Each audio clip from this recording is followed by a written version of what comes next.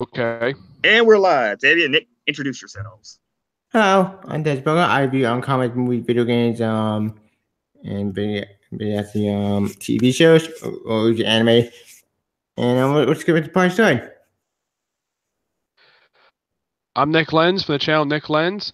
I review movies, TV shows, comic books, and anime. I put up at least 3 videos today. I'm hoping to plan later on, maybe today or tomorrow, I'll post another video where I've started officially a new anime. Yep. Attack on Titan. Yep. I have so much fun with that. Show you guys something I want to get on Amazon. It's about JoJo's Bizarre Adventures. Art books, so they're only in Japanese because it was never translated outside of Japan. Naturally. It's so gorgeous. You earlier, Nick. They also have the Rohan side story as well that takes place 10 years after, where France to look into about a haunted painting. Yeah, I read those shorts, those one shots with featuring him.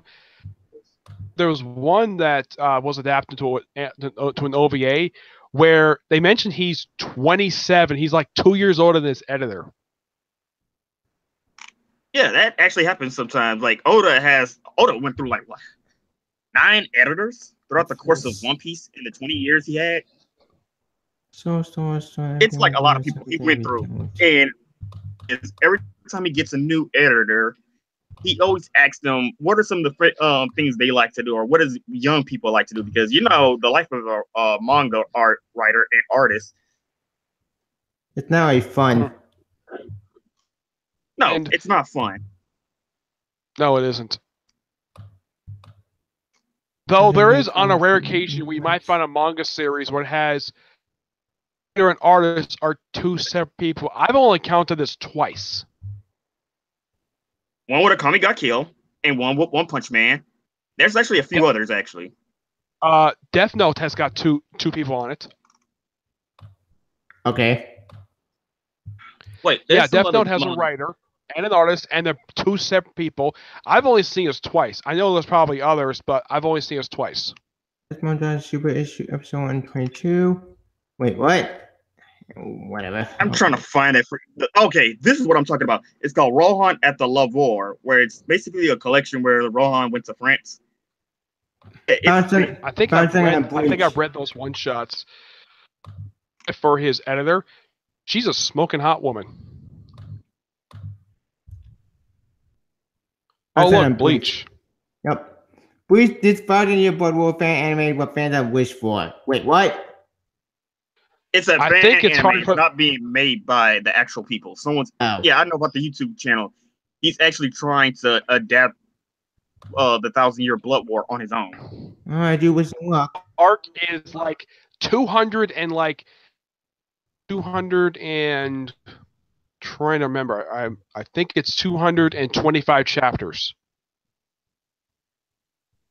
Actually, I still don't understand why Kubo wants to do another manga for Shonen Jump, even though it can't. The last one ended very, very terribly for him. Yeah, and maybe I've heard about his shoulder problems he had, where he tore his rotator cuff, and I've heard a few months ago, apparently his shoulder is getting better.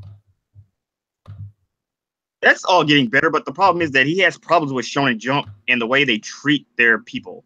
I don't blame him. Talking about. Yeah, I know there's supposed to be our book you're talking about. Dang, that book is expensive. From Japan, and it covers the art from part 4 all the way to part 8, and it has the discs where you could where they have Araki. He goes in depth about it. Yes, plus it also has the history and the complete timeline for the entire JoJo's Bizarre Adventure series. Wow. I wonder if he's ever been to a Comic-Con over here, has he? No. Well, he's been around the world, but no. No. As far as I know, no. The only person I think ever went to a Comic-Con is Kishimoto. Yeah, that's a little odd. I would have thought maybe Oda might have had a chance to go because he's got a big amount of fans. Well, yeah, especially when you're the number one manga in the world, where you sold over 150 million world records. Is a workaholic, and he does not actually have the time. Speaking of anime, Yeah. I think found so. something on Ronaldo Godzilla. has time because his manga series ended 3 years ago, and all he's doing now with the Boruto manga, I think he's listed as the editor. He just basically, I think he's also kind of like a co-writer for the thing, but So that's for the it. Boruto manga, I think it should be weekly instead of monthly. I think some people just don't like the waiting between the cliffhangers that they do at the end of his chapters. Actually, the reason why it's monthly is because the guy does the art. This is the first time he's ever done his own manga. Speaking of But anime, also, I found something on Godzilla. I heard something that he is a former. He actually was one of Kishimoto's assistants. Yes. Oh, and this is the other book, JoJo A Go-Go, which goes from 1 to 4, which goes 1 to 5, which is just another art book. Plus, it goes in depth about the stands. They go into the parts. Speaking of anime, I guess on Godzilla is coming out in January. Godzilla Planet of Monsters. That should be interesting. You know, but it's situated inside I wanna trailer. show-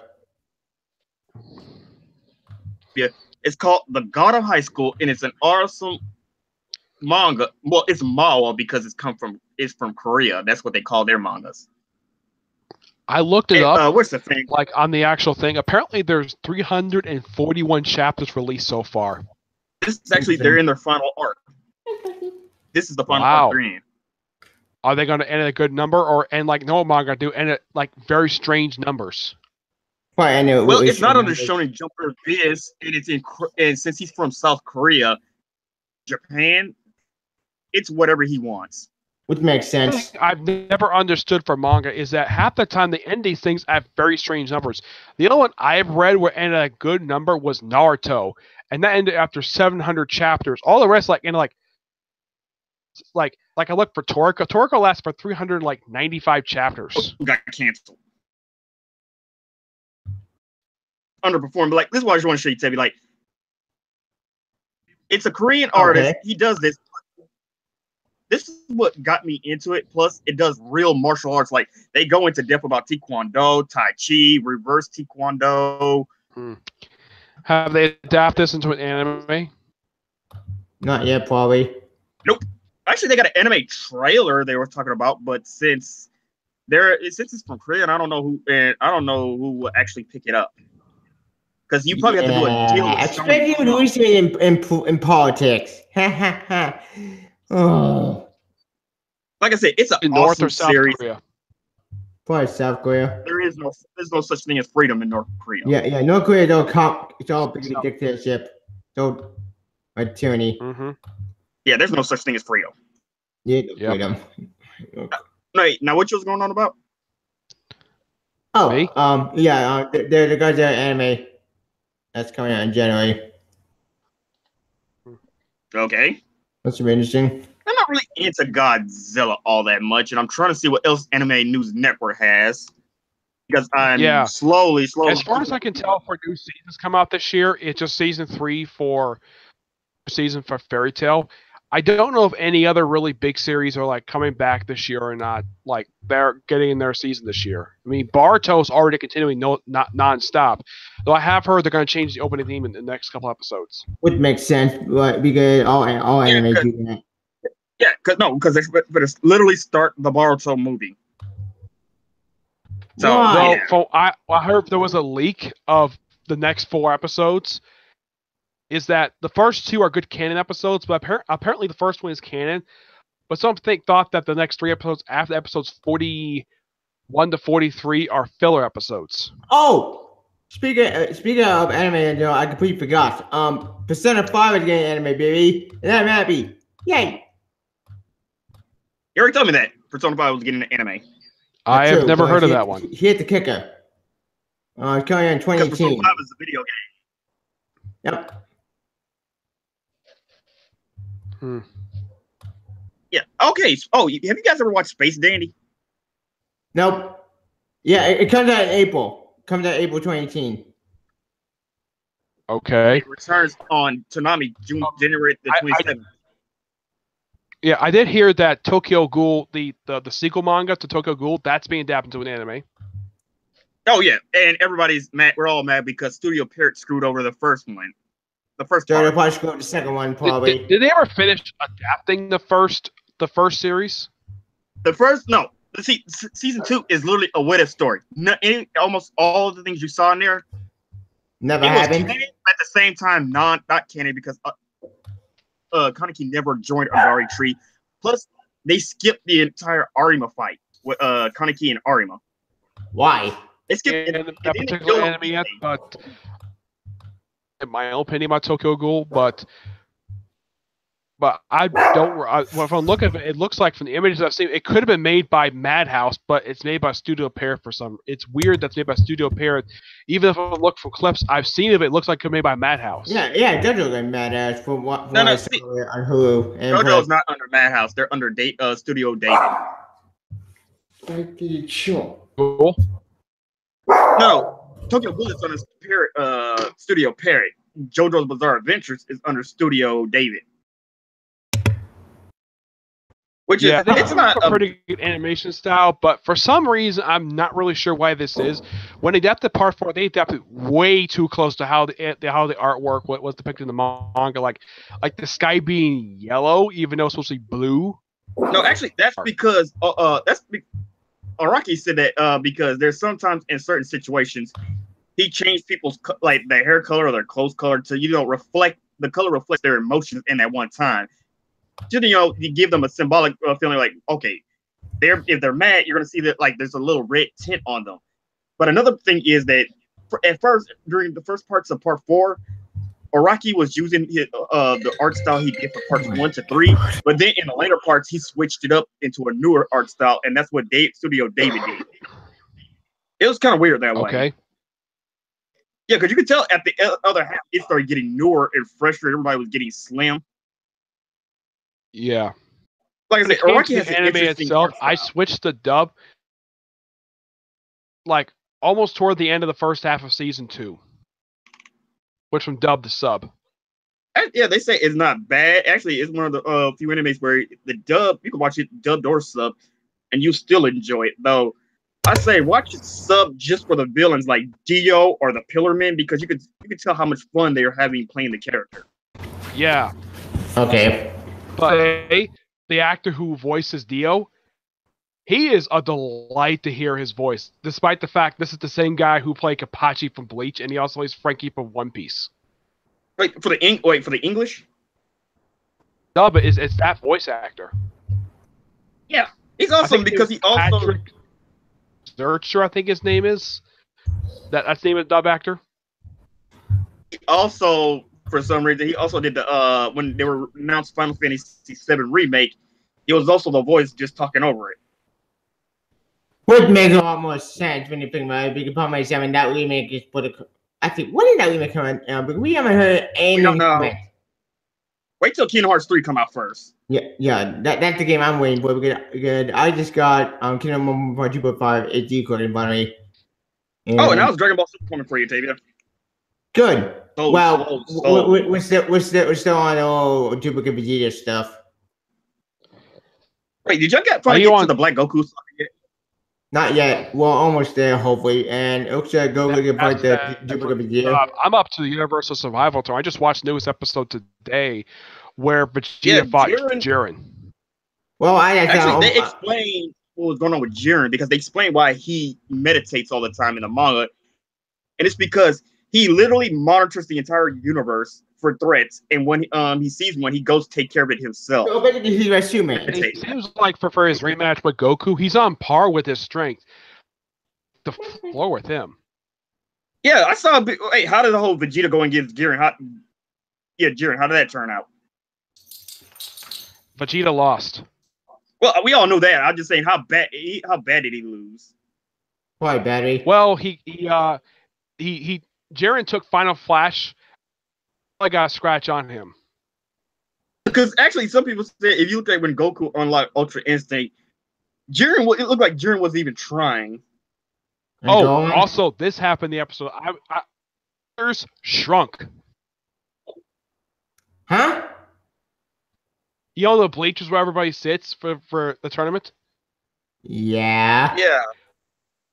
The Grand Prix reduced the size of it and had everybody sort of crunched up together. Mm. Okay. Yeah, that's an point. Because there's only 2 universes left, just Universe 7 and 11.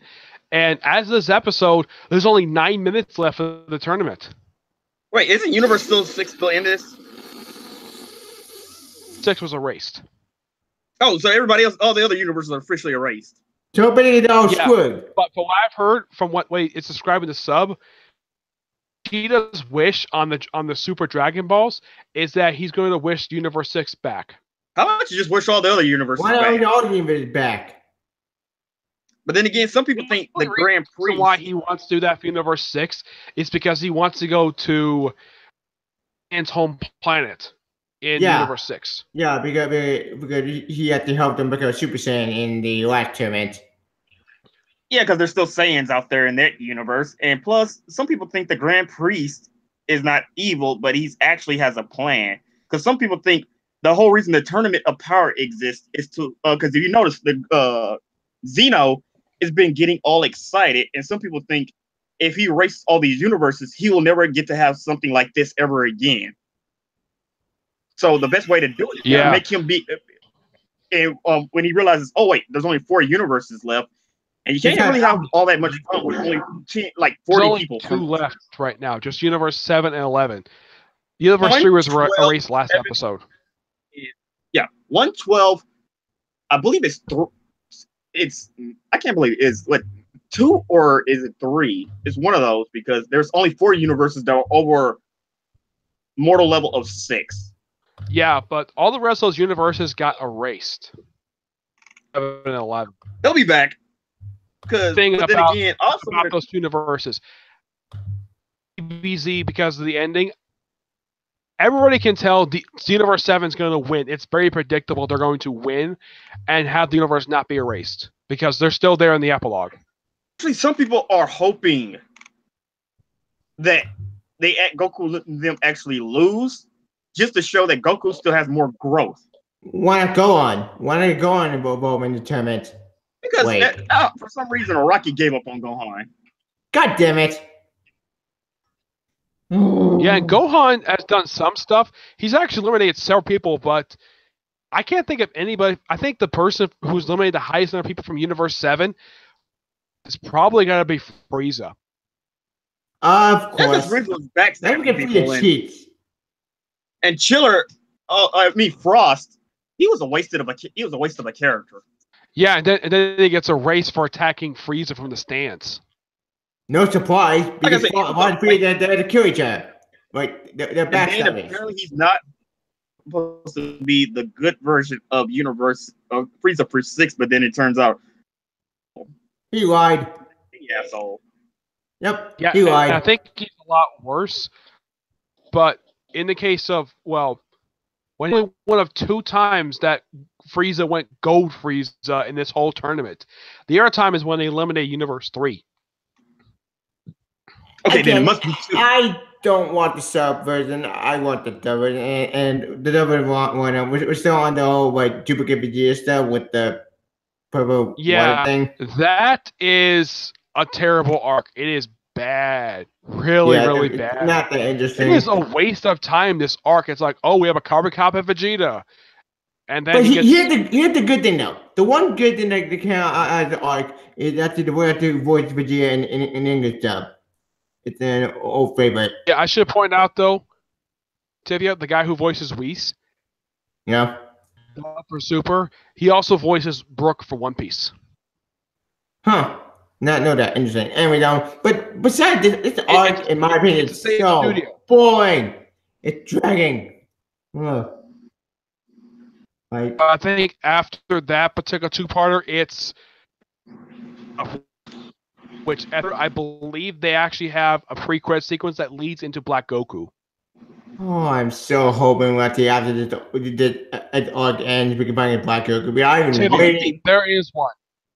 There is a pre into the next arc at the end of this 2-parter that you're watching right now.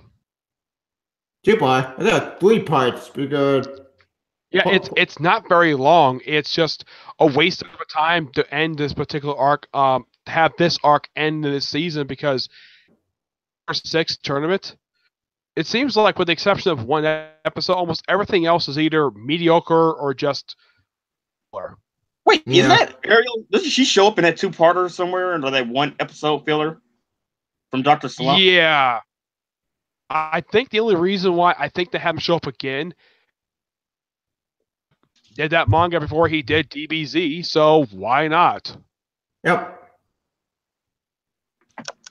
Okay then, because I see Attack on Titan sold over 7 million copies in print. That's great. That's a lot. Yeah, and also Berserk, it went back on hiatus again. No surprise. Actually, I don't want Berserk. So Isn't Hunter X Hunter supposed to resume this month? I have no idea. I don't follow Hunter They X said Hunter. it's coming back. It's supposed to come back this month or some time later this year. Yeah, I heard something was supposed to be earlier this year, but I haven't seen anything yet of when the next chapter is supposed to come out. And One Piece chapter 891 would come out this week, and it didn't. So it took a week off again. Oh, have you guys seen Shaman King before? No. No, but I'm planning on reading the manga soon. Okay, well, actually, yeah, because it's a pretty awesome series because it's coming back with another arc. Card Cat the Sakura. Wait, what? What the hell is that? Let's Oh, see, yeah, Fairy Tail. that series. That's a series where you have a middle schooler who fights creatures with cards. That's Yu-Gi-Oh! It used to come That's on a Toonami. ripoff. It used to come on Toonami. It came on Toonami a long time ago. I actually watched this thing, believe it or not, on Fox Kids years ago, and it's one of the most oddest anime I've ever seen. Captures Yeah, all the cards for the first season, and then like the second season, she fights some new threats, and it's implied that she has a thing for the villain of that season. What? It's a really weird. The problem is that when Fox ends on these kind of animes, they didn't know how to dub it or what to do with it properly. Yeah. Oh my Also, I noticed something when they were when looking at the dub schedule. Apparently, whoever dubbed this particular series did the same thing for the original Sailor Moon anime, where they kept skipping episodes for no reason. For Sailor Moon or Cardcaptor? Both. They Wikipedia where they would occasionally skip episodes. Sailor Moon did this thing where they actually edited 2 episodes together for no reason. It's kind of like what 4Kids did with One Piece. I'm not surprised about that. That always happens with any adaptation. Yeah, they also made Sailor, what was it, Saturn and Uranus? No, yeah, Saturn and Uranus. The gay lesbian. Uranus. It's Neptune and Uranus, which, Yeah, according to this media, they are going to restore the whole thing of in the original series of them being a lesbian couple because it's implied in Sailor Moon Crystal that they have a thing for each other in. Sure, why yeah, not? no, it was flat out stated they were gay they were lesbians, but when it came to America, oh no, they rewrote it and they redid the scenes and said they were cousins. Yeah, I'm not surprised. I'm not surprised about that because I always have it in the same stuff. For doing a better job dubbing. I would say the best studios known for good dubbing is probably Filmation and Funimation. Digimon. I don't think it was 4Kids, but I think it was a different studio. Yeah. Well, 4Kids tried. At least they tried with the anime. Yeah, 4K. They did some good stuff. Yeah, the only anime I could think of they did a good job dubbing is Pokemon. They had no idea how to properly dub Yu-Gi-Oh! Or One Piece. Pokemon, that's still going to this day. And damn time flies. But then again, if you read the manga is way more brutal, sexual, and violent. I'm not surprised about that because that way, but then it's Nintendo. Let's say one thing I think that somebody should do, maybe Filmation probably could do this. They can sort of keep the dub actors there, but restore all the cut footage. I don't think they're gonna do that because Pokemon's way too far gone at this point. Because frankly, we'll patchy one, we'll patchy two, but I know what they were doing, anyway. Because I watched that Pokemon years ago. Everybody's done with Ash. We just want something different. Yeah. I say, and add the story like what Blue did. Wait. I don't know For because me, he always goes to a perfect Pokemon tournament as and he of never right wins. now in like almost 4 years. Yeah, I'm not watching Pokemon in decades by now, so Digimon. I kind of stopped because I kind of fell far behind. So I kind of decided on my own I would put the series on hold so I can focus on other stuff. Same. I stopped up to like Generation 4 of Digimon. And Pokemon. When it came to Pokemon, I stopped after Diamond and Pearl. Yeah, Diamond and Pearl was boring. I'm not surprised. I kind of liked it. Half the time when I was watching the episodes for Diamond and Pearl, I would like fall asleep or just fast forward the episode just to get them done because I didn't care for them because most of the time, with the exception of gym battles, they spent a lot of the time doing contests. Oh, wait, Called I think it's either- Pokemon. You're supposed to have Pokemon battles, not show off how pretty your Pokemon are. It's kind of like going watching a dog show. Wow, Wait, I how thought that was boring. May. I thought that was May who wanted to do the whole poker contest. Dawn did the same thing. Again, I did not with Pokemon in years, so I just stopped watching a long time ago. Yeah. And is it just me, or is it Ash really likes hanging out with smoking hot women? He likes to chat with smoking hot women a lot, and yet notice the women have a thing for him at all, and he doesn't age for some strange reason. But they brought it up in X and Y. They brought that up because the girl up there immediately outright said that she liked Ash. One of the Frontier brains. I think it was the one with the tomboyish hair who dressed like a sailor. Wait, what season was that? I forget. Yeah, as far as no, I haven't seen that character since show up in for season 9. And also, there is one other character. I think it's from X and Y. Thing for Ash, and apparently the replacement studio for 4Kids. I think it's like 4K Entertainment. They apparently allowed in the scene. Well, I saw this online. Apparently, of Ash getting kissed by a girl. Sure, why not? What them? I put them on it, and I think that makes sense. So waiting nearly 20 years to be kissed by. Like everybody thought. I mean, a lot of people who watched the show, like at the beginning, people kind of thought that Misty and Ash had a thing for each other, but that's what I thought. Yeah, that did went nowhere. We all thought it, but no. Diamond, actually, Black and White. I think I watched some of Black and White only because I learned that Black and White took place in America, or at least the region was set in America. Black and White was interesting. I like Black and White. I got like partway through X and Y, and I just basically fell behind in the show. I have not watched Pokemon ever since the 3 movies, and I just stopped watching a long time ago. So I know what those were. Yeah, and I know that the finale for X and Y, the seasons for those, that raised a humongous amount of controversy because Ash didn't win again.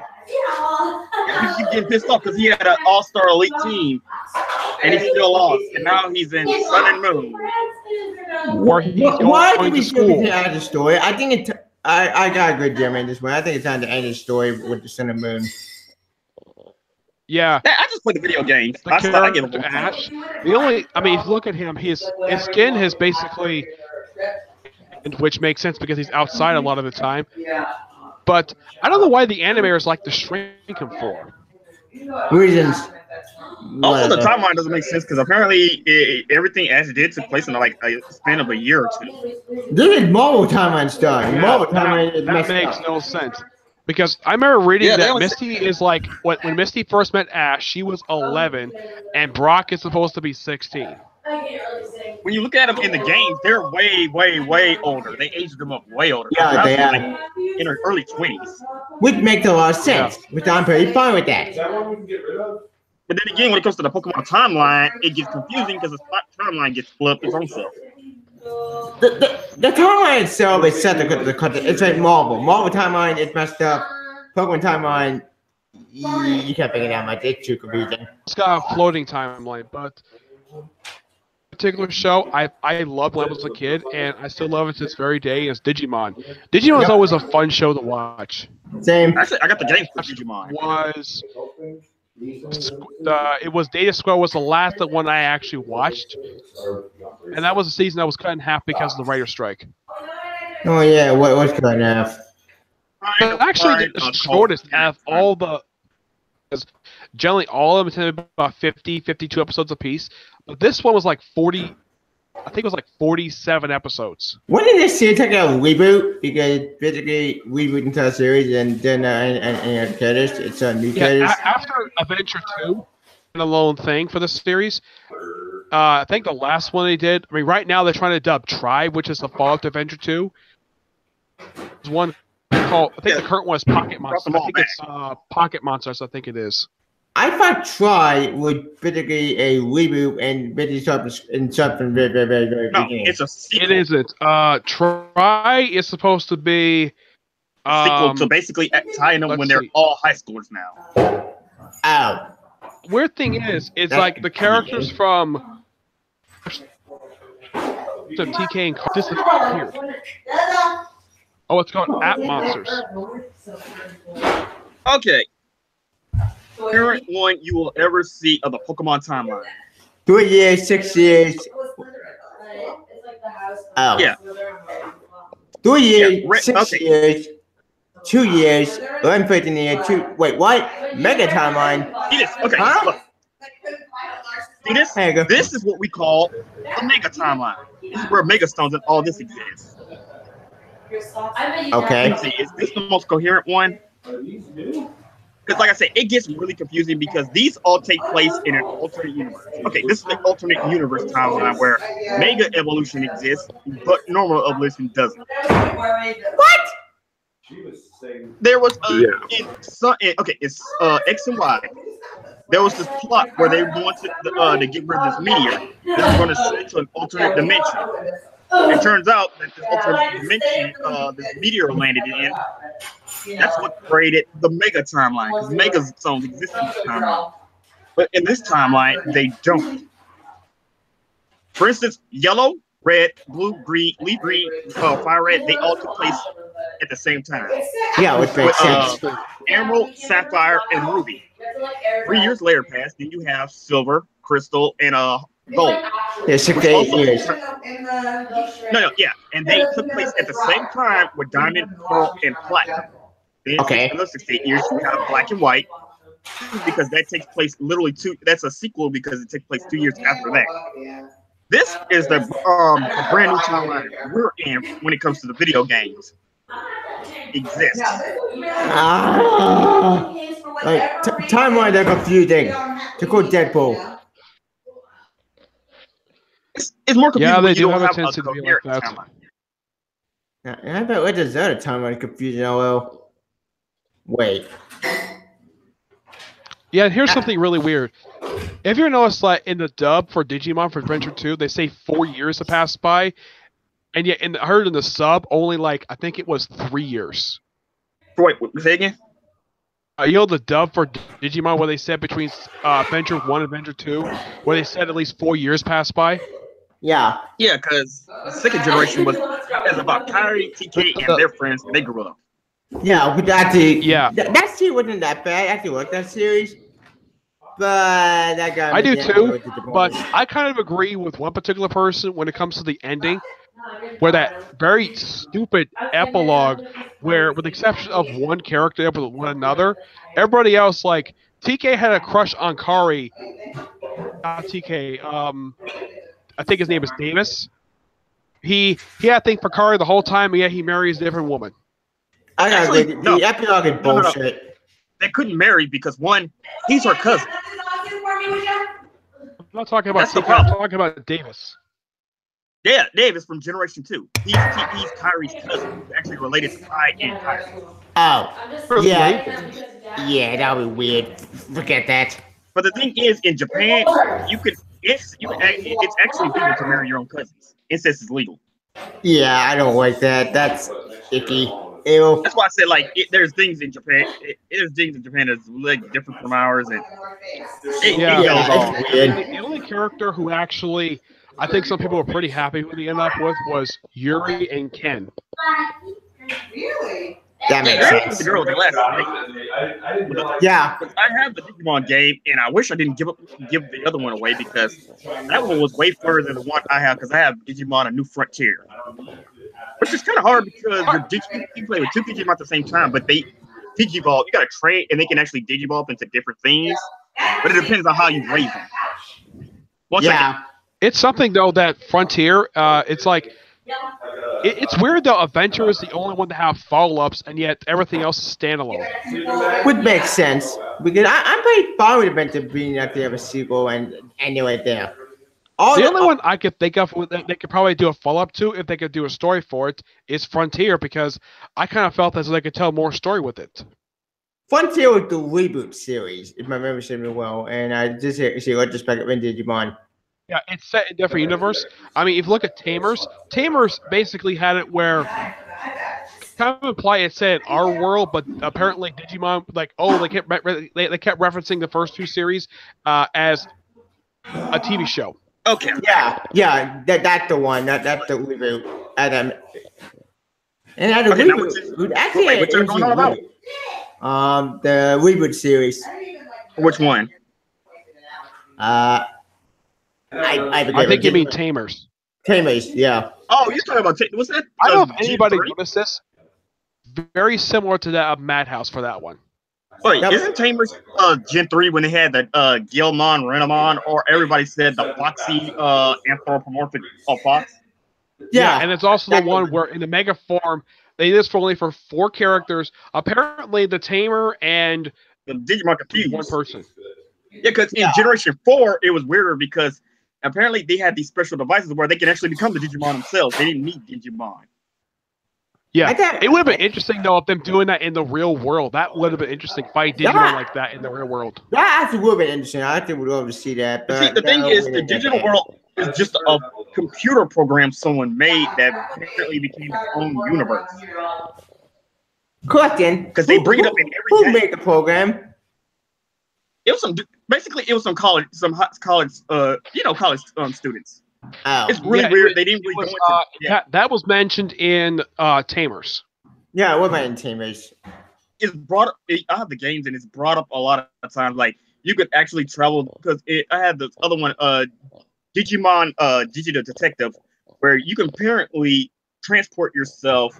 Well, you can transport your avatar to the digital world, and you can collect Digimon.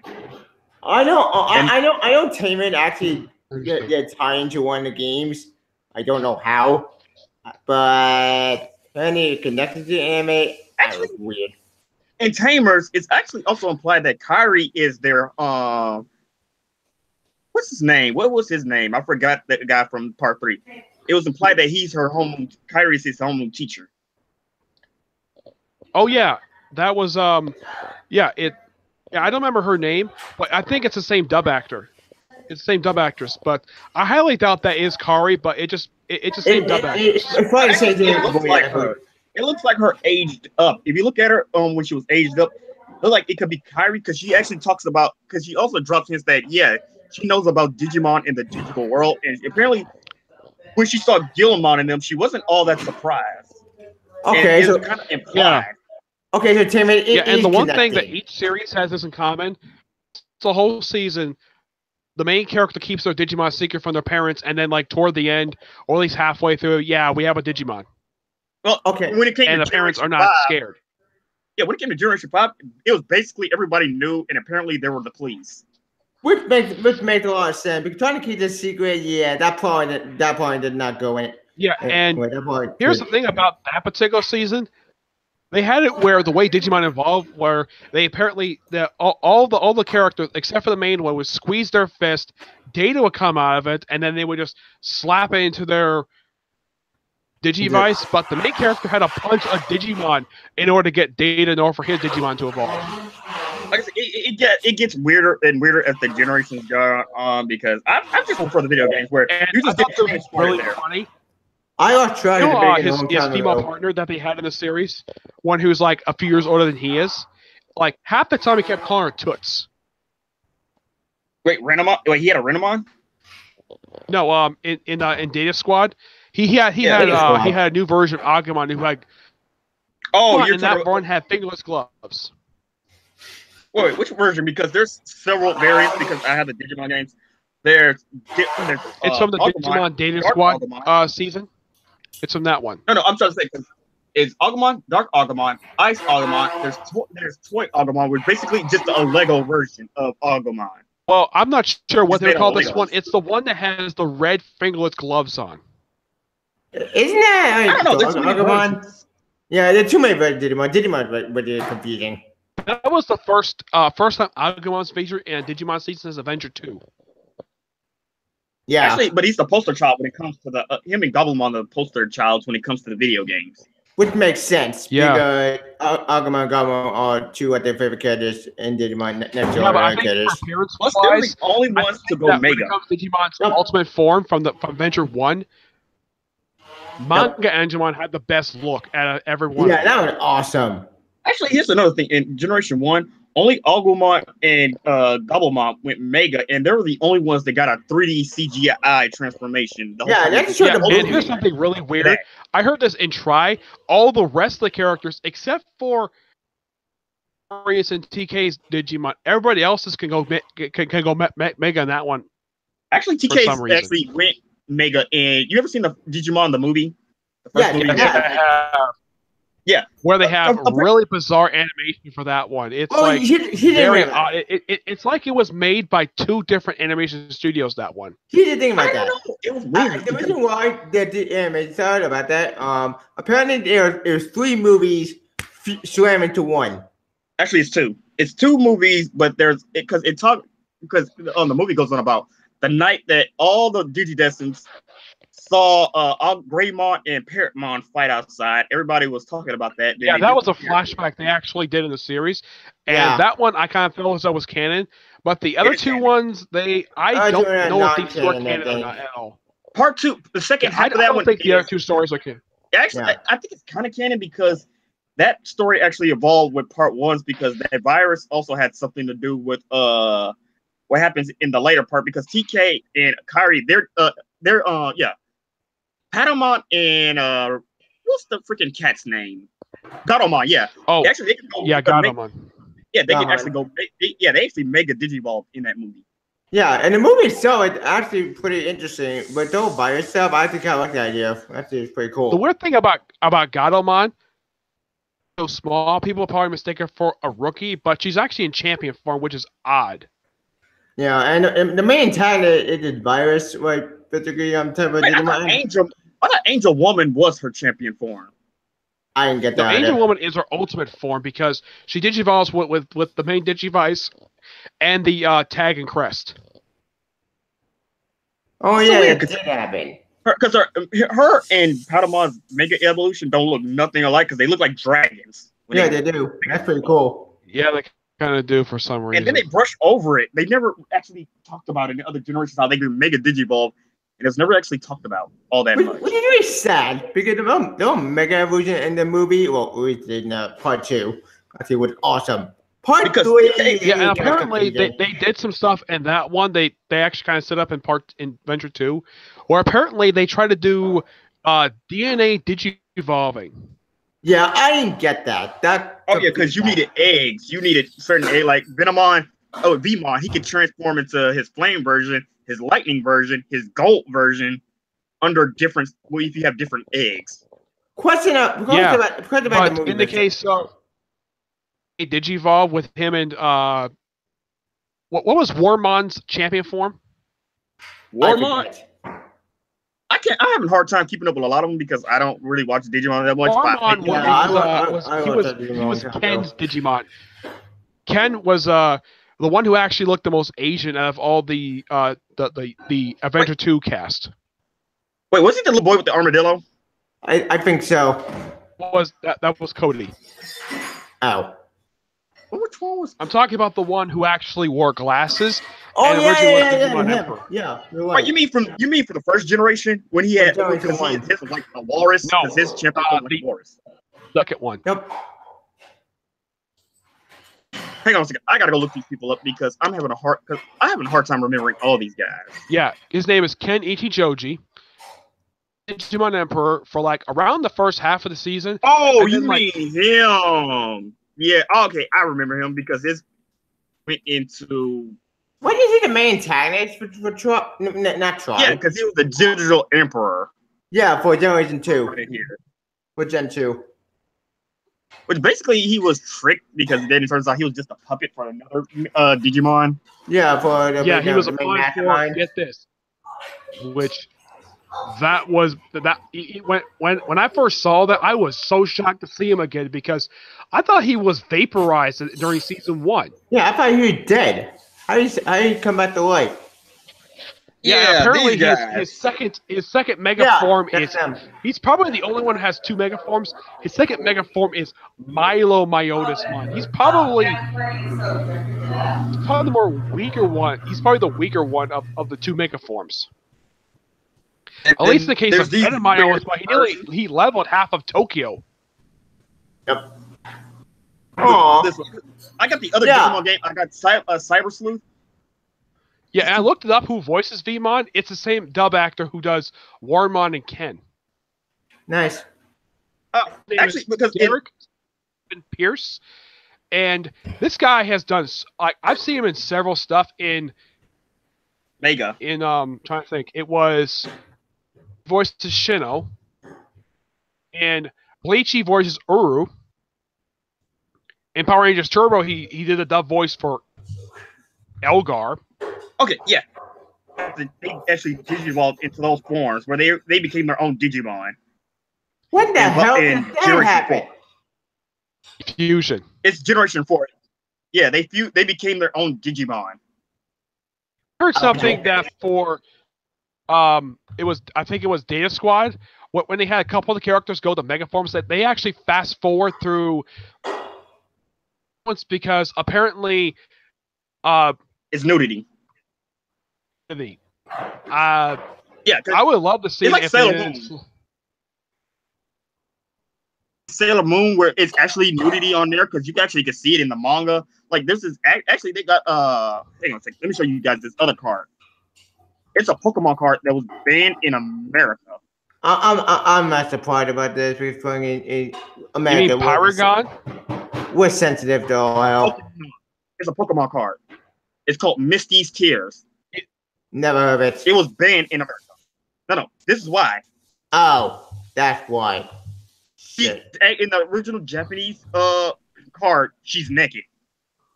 God in Japan.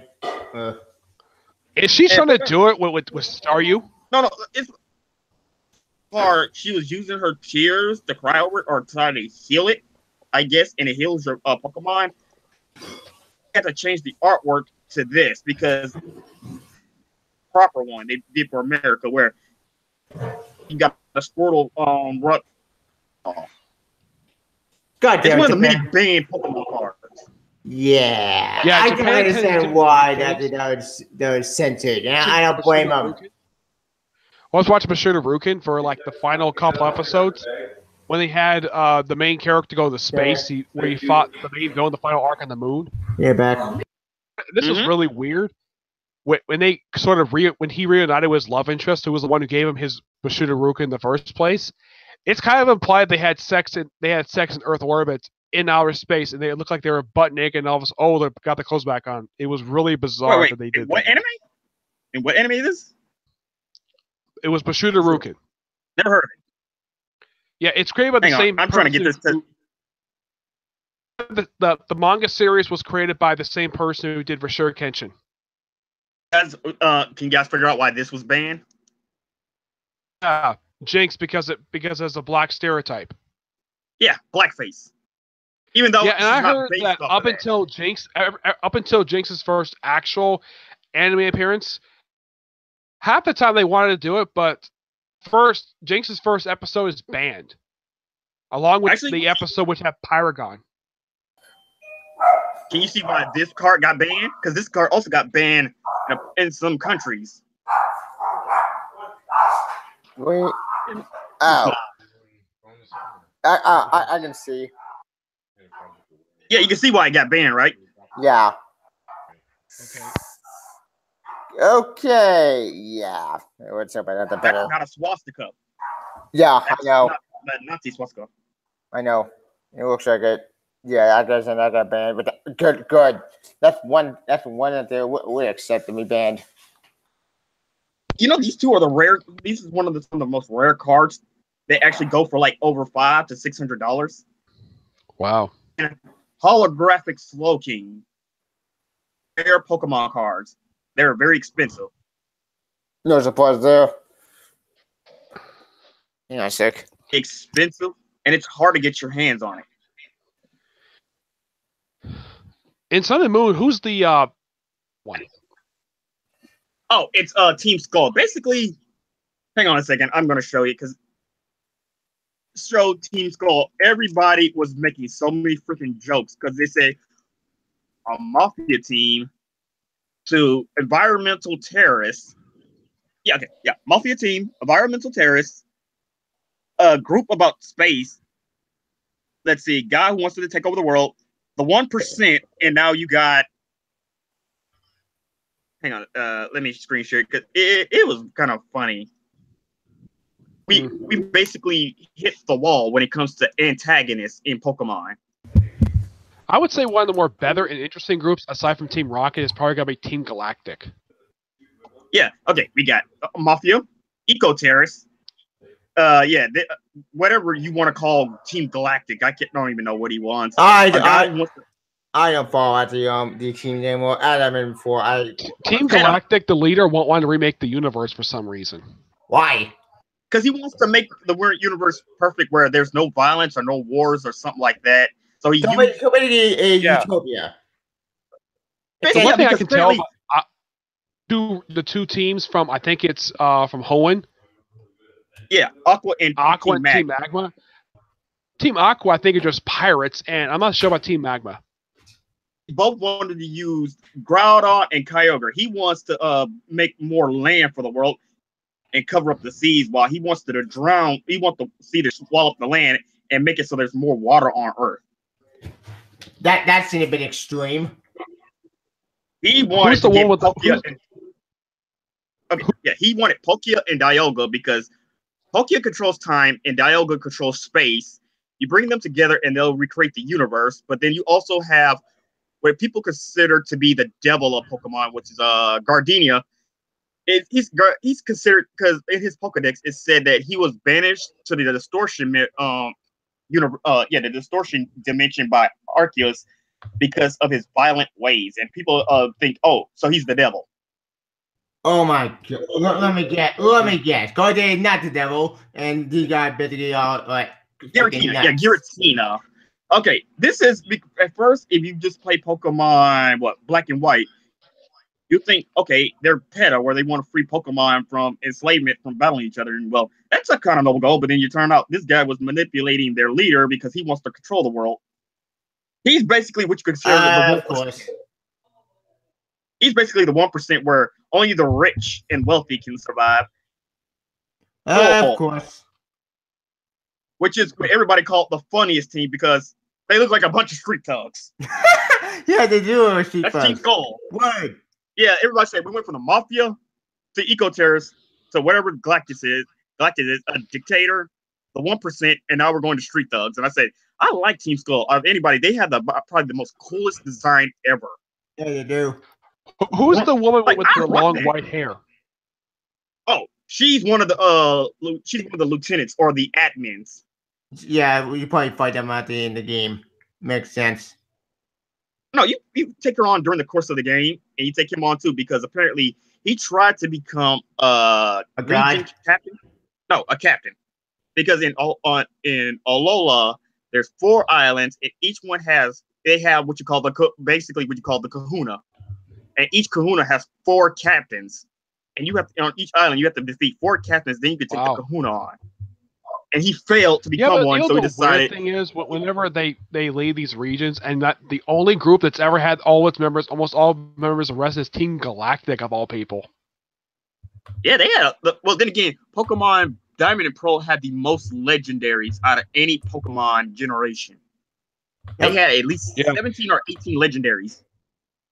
I'm surprised none of these Here's groups the thing I ever in the anime went to war with Team Rocket over anything. I mean, an actual like Why big haven't fight. they gone to Not, war not with just them? Jesse James and Meowth.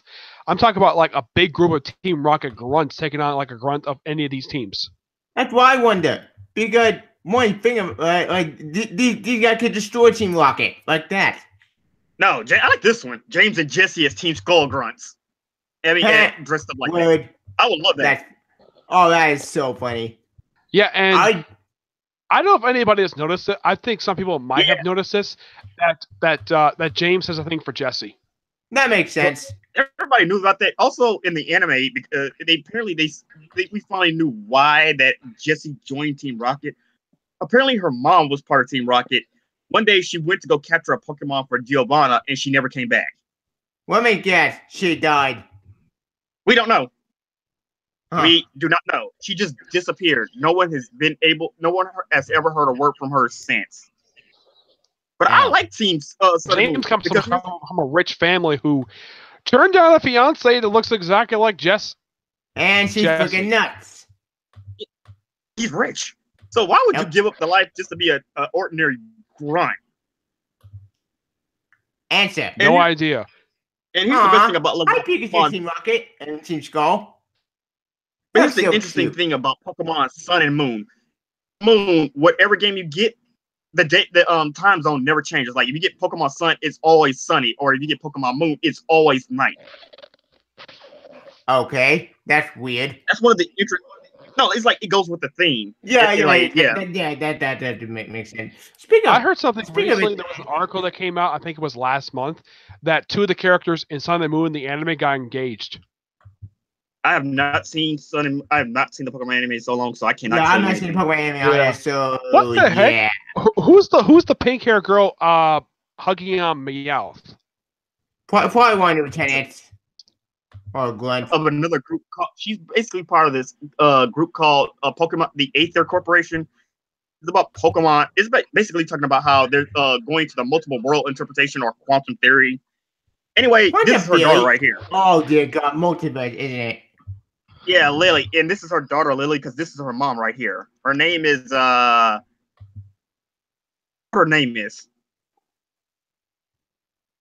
then you got the champions. No. Also, hang on a second. Elite Four, because they have some cooler elite designs. Because there's one girl, she used to be like Irish in Pokemon Black and White. She was just a gym leader, but after Black and White, she became the champion. How?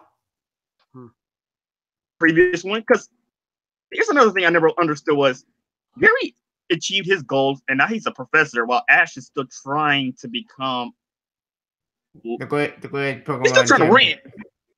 He still has not won a freaking tournament. What? But you won all the badges. Yeah, it turns out. Also, another thing I like about Pokemon is psychics are real. Like Wait, her.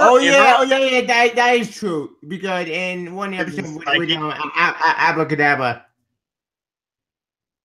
Actually, have you guys ever seen the Pokemon Pokedex entries? Yes, I have. Years ago. No. Have you actually read the Pokedex entries? Yeah, I read some a long time ago when I played the games. No, I mean, have you read the current ones? Because we're about to go on. We're about to have a little fun with Pokemon real quick. Because I'm about to tell you about some of these Pokedex entries. Because Leaf Green and Fire Red, there have been some really, really, really disturbing Pokedex entries. Oh yeah, I did hear about this, and I avoid it. Why? Because I don't want to know about dark stuff with some of my favorite creatures. Yeah. Anyway, Nick will be right back, and after this, we get done with this Pokemon discussion, we go into comics. Yeah, I was going to comics because we've done anime. Yeah, I know. I heard about this because in the third movie, if I remember well, with the father gets kind of trapped in. No, third movie. Yeah, as I said. Yeah, but I'm trying to remember because I know movies because there's still more. I think they got like what 17 or 18 Pokemon movies by now. I forget, but I'm gonna go with my memory. There's 3 movies. First movie was Mewtwo and Mew. Second movie was about the birds, Moltres, Zapdos, and Power 1. Mewtwo Strike Back And Power Perugia. 1. Yeah. It's first one is Mewtwo Strikes Back. Second, Power of the One. Third Third one is Spell of the Unknown. It's Celebi, the Spirit of the Forest. The fifth one is about something about Latios and Latias. Something like that. I forget. Again, no, it was about them, but it's very weird. Again, I've only seen the first 3 movies. I've not watched 4, 5, and 6. Almost all of them. All the movies. Yep. Or Pokedex entry. Yeah. Well, the comments. Oh, wait. What came out this week? Oh yeah, Super Saiyan tomorrow. Well, hey, there you go. I saw. Well. Yeah, what's up? Yep. We're on about anime and stuff, and I was going to show them some really screwed up Pokedex entries. Oh, okay. It's Kodaku. I was talking about because Hiro Mashima apparently he's starting a new manga next year. Yeah. I'll look into it whenever that shit comes. Oh, how is the God of High School so far for you? I just started the first chapter. It's interesting. I like it.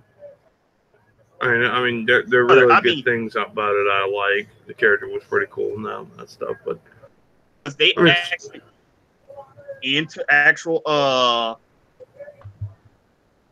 go into detail about martial arts. Plus, they put One Piece, Bleach, and Naruto to shame. Well, we'll see. I'll look into that. This is a screwed up one. But, because this is a Pokemon that's basically based off a human who have died. What? Something. How? Yes. Why? Right here. Okay, it's Pokedex entry. Let's You see. didn't Or being carry the mask that used to be a face of a human. Sometimes they look and cry. Wait, what? Yes, these are humans who have died and became Pokemon. fucking weird. What? Yeah. How? Why? And wait. Because this one's talking about children who get lost into the forest, die, and they become forest spirits. Or this one steals your life force. The longer you stay near it, the more it will steal your life. It said to burn your soul and devour it. How do they catch these Pokemon if they're dangerous? Isn't there a particular warning? Like this one, if a child hangs onto its strings, it will take it up into the air, and the child will never be seen again. I shit you not. Okay. They sound children. Or this Pokemon, which states that if it dies, everything in I think it's a huge radius. I think it said like a 20-mile or so radius. So a nuclear bomb will kill everything there. So a nuclear bomb. Yeah, it's when it dies, it will absorb all the life energy of every living thing to be fit. Yeah. Spirit bomb. Devil. Wow. Okay, so I need to way too dark, even for me.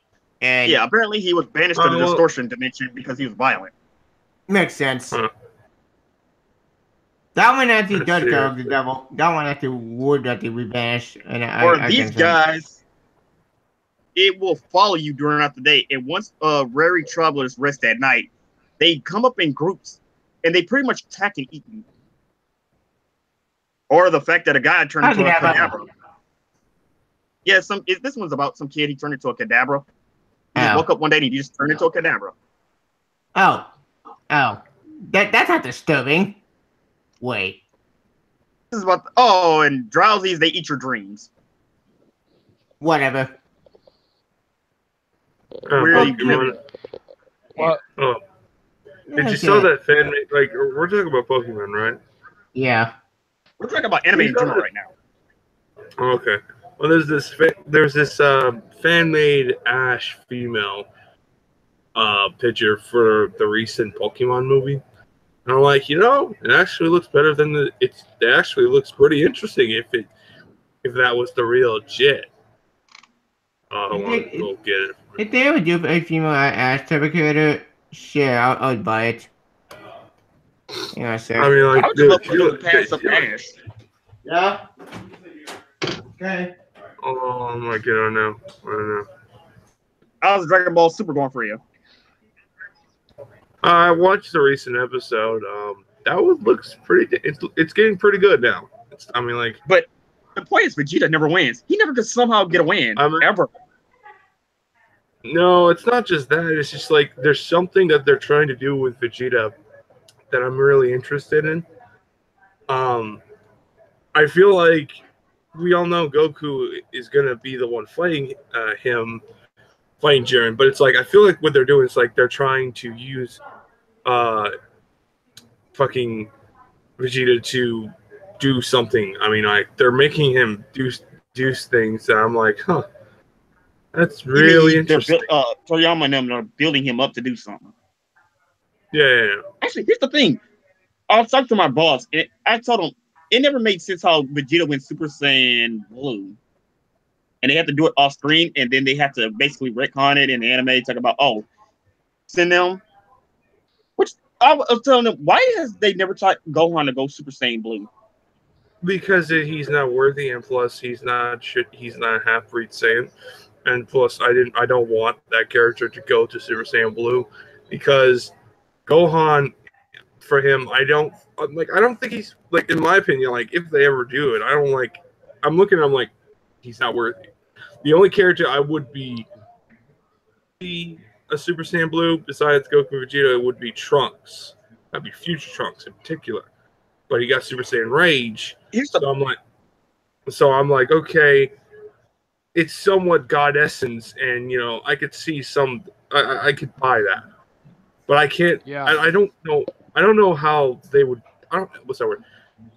I wouldn't be all in on Gohan being full blown Super Saiyan Blue because it takes a lot of time and effort, and they haven't fully explained Super Saiyan Blue, how you transform it.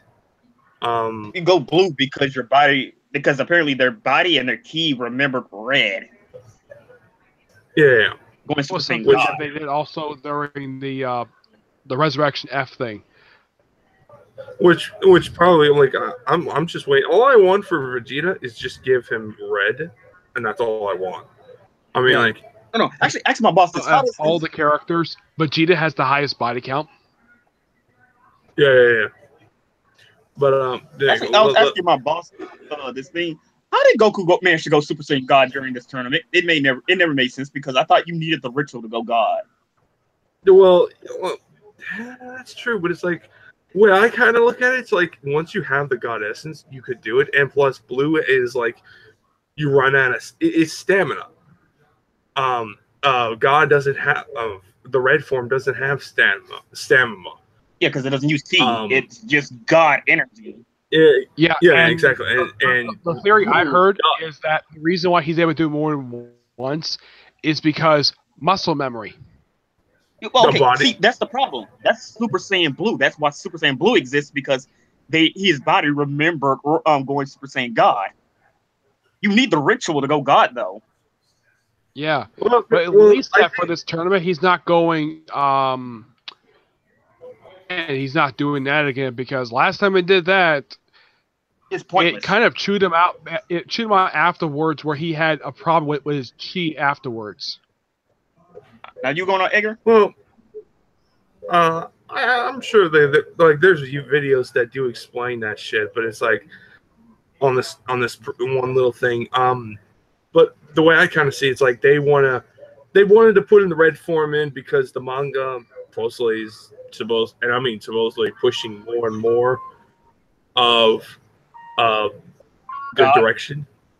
Yeah, but that sounds like a retcon. They're just retconning things that happened in the manga then. Well, we'll see. I'll be right back.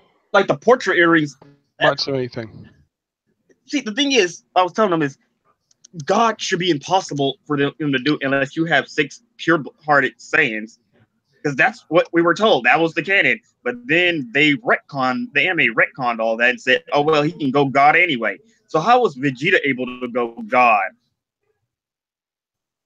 Well, he usually gets this far via hard training. You can't reach God by his training, unless Goku gave him some of his Super Saiyan blue energy and his body memorized it. Probably, but I know that before the Universe 6 was erased, I'm back. She really wanted to try out Super Saiyan Blue. I'm back. I hate Kef. I have Kefla and Kale because they're some of the most Mary Sue characters ever. Kefla never shuts up. Kale never shuts up about Goku. Kefla gets too many freaking power-ups during the tournament. She could go Super Saiyan, then Super Saiyan 2 out of nowhere, and people say it took everybody else time to go Super Saiyan 2. She just did it because Goku encouraged her. But didn't Goten and Trunks at where they become Super Saiyan 2? No. They only went Super Saiyan 3 in Fusion, which also makes no sense. No. Fusion, I can understand, but I remember when Goten and Trunks, they became Super Saiyan 2. All right. Trunks and Goku. I'll bring a video. I'll just bring a video. Maybe it'll explain it for you. But it's like, apparently Goku can go to reach Super Saiyan Red and Super Saiyan Blue, just because the plot said so. Something like that too. But it's like my only guess is Goku has so much energy, so much God Ki now, that he can evolve he can use all the forms that he has. And personally, I'm kind of glad the red hair form is back in the main front. Maybe Vegeta will get it later on in the show, after this saga. And a lot of things I wanted to say is, I just want new villains. I just want a coherent story where people don't retcon shit left and right, like the portrait rings where it only lasts an hour now. Hello?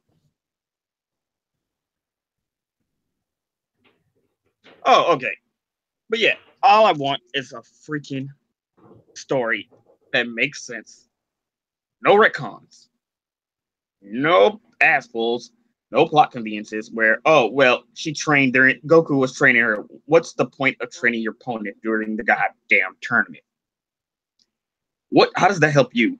And secondly, why does no one want to train Gohan to go God? That's the whole point, is to put the odds in your favor, not the other way around.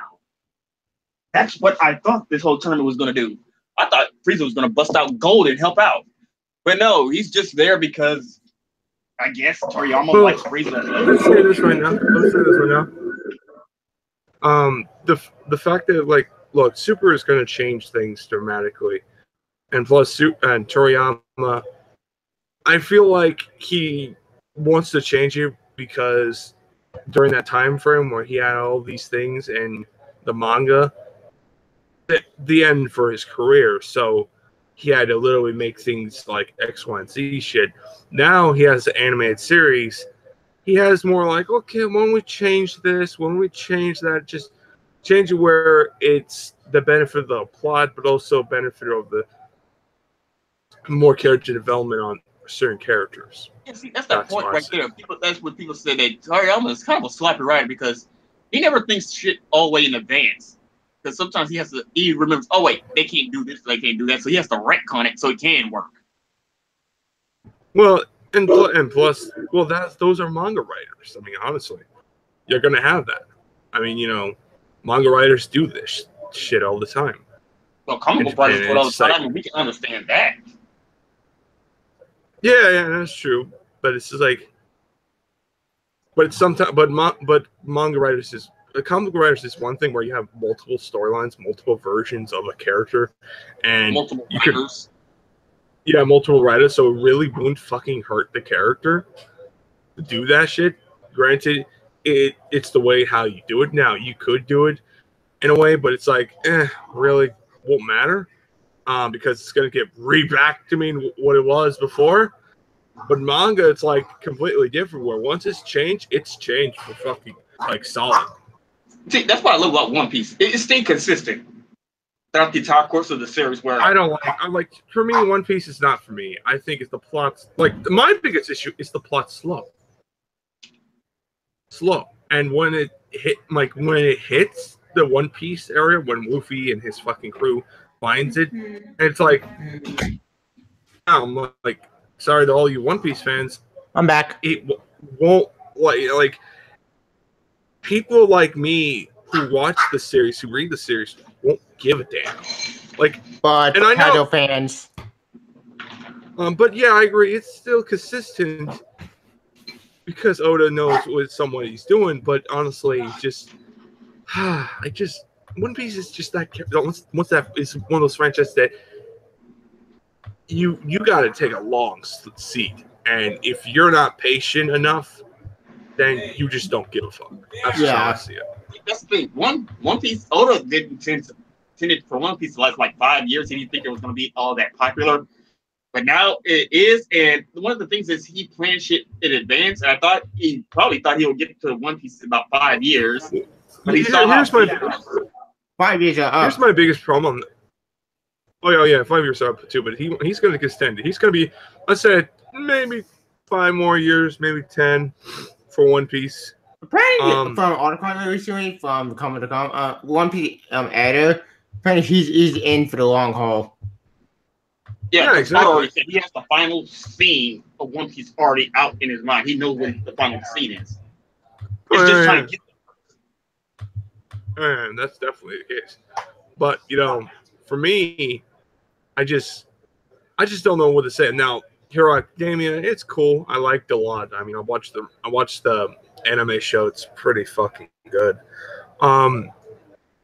It's right. Huh? Oh, Hero Academia. My Academia has a great anime. I love anime. Anime is amazing. Actually, another manga I could you should read is The Promised Neverland. Just read the first I chapter. I heard of it. Never heard of it. Oh, just give me. Speaking of which, John, so we should probably get the comic because we never love anime. Well, I was asking you about Marvel. Oh, Marvel.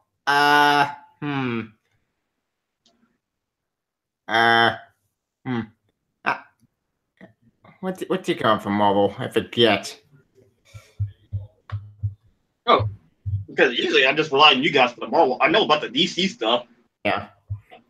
Hang on. I'm going to view comic. Let's see. I'm waiting right now for issue 3 of Doomsday Clock. It's going to be amazing. Holy shit! Very issue 2. Actually, yeah, because some people are waiting for the next chapter to come in so we can understand that ending. Because some people, with the comedian. Yeah, it just came out of nowhere. Oh yeah. So he's been in the universe for the longest. That's why I wonder. Oh, by the way, the Phoenix issue 2 came out, and yeah, it's really more questions. Like, wait, which one? Phoenix Resurrection issue 2. No, I mean for series. It's Return of Jean Grey. Okay, because I know the final issue of Iceman came out, and everybody said it's still a terrible comic. I'm not surprised about that. And I read Iceman, I waste my time. Oh, by the way, Phoenix Resurrection issue 2 came out, and it's just way more question because 1. How besides being alive with that William Morgan, it's that what? And Magneto basically token powers now, huh? And I don't get it. I don't know what's going on in this series. I'm lost. Is it supposed to bring Jean Grey back? So yeah, the real Jean Grey, not the fake Jean Grey, not the Pat Jean Grey. Well, technically, young Jean Grey. Wait. The one that died in issue 1 is a fake. No, the one who died was the Pat Jean Grey, but then now you have another Jean Grey. I'm confused. I'm confused because if Pat Jean Grey is dead, then that means no version of Jean Grey should be alive. Yeah, I am. Time travel is confusing. Well, we'll just say there's plot convenience. That too. I mean, Yeah, you just gotta get over it. I mean, like, honestly, I just don't give a fuck. As long as it's fucking good, I'll literally just eat that shit up. I'm waiting for the plot. I'm waiting for the plot of Iron Man to pick up because Bendis is still dragging this damn It's so boring. Like, it's like nothing really is happening. I'm not Spider-Man happening either. Okay, so because they finally said, yeah, now he's finally at DC. His contract is finally kicked in for DC, so he's basically just waiting for all his other books to finally end so we can start on his next projects. Because we already know. I ended up to where, or left off where someone could pick it up, because I'm just wanting to see who's going to do Iron Man and who's going to do it. I'm going to say this right. I'm thinking about reading Miles' new book series, maybe not, but it's like I don't like where it's the direction. I know. I don't care which one I am. My latest series, I hate to say it, it's dragging. It's just doing an Aaron David's part again. Which why? Well, look, Terry, some shit does drag. The milking system, Terry. Don't bitch about something that's just how things are. No. I get that. Personally, I just don't care. I'm collecting the books, and so I could literally say, okay, the storyline maybe end up being good somewhere down the line, but yeah. Oh, I'll be right back. By the way, is Wayne of my life find the Aaron Day Iron Spider? Yeah, he found out that even he questioned this. And I quote when I get to the ending. Like it said, you can't. You're dead. And Aaron Davis knocks him out. So even my mind could be how Aaron is still alive. What? Like, okay, Marge. If these villains would be dead, how you come out to life? Please don't tell me the whole multiverse crap against Spider-Man 2 crap. This is why I'm waiting for CB to take over. His new concepts to take his new editor-in-chief coming to kick in, because we really need some organization. Yeah, we do. Somebody needs to organize all the writers and stuff. Keep on Terry's book intact. All the Wolverine, the only book I'm reading that's good to keep my sanity next to New Universe. You know, New Universe. What I heard in Dan Slott's run right now for Spider-Man, people are basically saying it's boring and the story is not even all that interesting. It's not. It's boring. It's basically doing the whole basically Venom Inc. crap. Oh, speaking of Venom, we're going to see the Venom eyes. Yeah, and I told you this shit was gonna happen to me, and yet you didn't say, I don't know what they're gonna work. And yeah, I literally just like, I told you fucking so. Yeah, you called it. You were right. I was wrong. Yeah, I knew I was fucking right because I know what the fucking was gonna go, and fucking you didn't fucking believe me. And lo and behold, ha ha ha, I get the last laugh, and it's just like. Nope. It's just like, personally for me, I'm looking forward to that fucking Venom event because honestly, it's going to be really awesome, and I wouldn't be surprised Miss Marvel gets a Venom symbiote type of costume. So picking up on that storyline that that got cut off abruptly. Yeah, from Venomverse. And it's good. I'm like, Venom is doing good. I like the recent new Venom storyline with Spider-Man. I thought you don't replay. Only put to die. Why? We have an interesting Venom villain. Nobody really likes Lee Price. No one really likes him. Yeah, replay now. Yeah, interesting. He's not really interesting. I don't know what you guys are smoking, but it's like, at least, well, people said that to Eddie, Agent Venom. Hey, that's true. Yeah, but then Rick Remender took it over, and at least he did something with the whole Venom story. Like, okay, he actually went in depth about the Venom and the planet of the symbiotes, something nobody else has done. Yep. Yeah. But and that got what kind of resistance, and we got the Venom Space Knight. Well, dude, that was going to happen regardless what, because he was acting shit and he was doing things that really were questionable, so they had to literally kick him out the planet for now. And plus, they wanted to do something interesting experiment to have him hang out with the Guardians, and the rest is fucking history. I mean, like, I mean, honestly, to me. I hope that they do something with him. I mean, like, I just wanted them to do something interesting, something that I'm like, okay, you don't see that every day, with the character, because I hate wasting characters, and I feel like Miles is going to be a waste after. Yeah, I agree. Miles is a waste right now. His story going nowhere. His story's doing good. No, Tevia. Then I'm like, okay, then we're probably going to get something worse. Like, personally, for me, with Miles, it's bittersweet, because I am very terrified of what they're going to do with him. It's going to be... and also another thing, it's pointless. He's going back to the Ultimate Universe. That's what it looks like. They're just going to ditch him there. They really can't, because his entire friends are there and in the main Marvel Universe, so they have to do some asinine bullshit poll where they had to put him in the Ultimate Universe again, where they're not going to do that. They're going to have... back to Marvel Universe twice. Well, but because it's fucking fan service. That's why I look at it. I don't look at it where it's like, oh, there's signs heavily of the Ultimates are going to be a mainstay again. No one gives a fuck about the Ultimates. The Ultimates is in that situation now that ever since Ultimatum, it died hard. Unless they just... We're not dead at this point. No one's using that title anymore. The main Marvel Universe is dead with it. The Ultimate Universe is dead with it. No one cares about Ultimate anymore. Anyway, exactly. I'm like, after this storyline with the current Spider-Man book right now, after it ends on issue 240, whatever the number is. 240, 240. Yeah. Go to 240. Yeah. And once it ends and everything's all good, honestly, and they're going to make this bullshit, he's Spidey. And, which I don't like that. That's a horrible name. I think it's just stupid. It's not horrible. That's what I said. It's horrible and stupid. It's just like, what are you fucking doing? Like, to me, this is where you're like, let's just fuck this character so bad now. Yep. And honestly, I mean, like, I would rather have the character be handled by Dan Slott or whoever, because I'm like, I don't want to have my life ever. Tevia,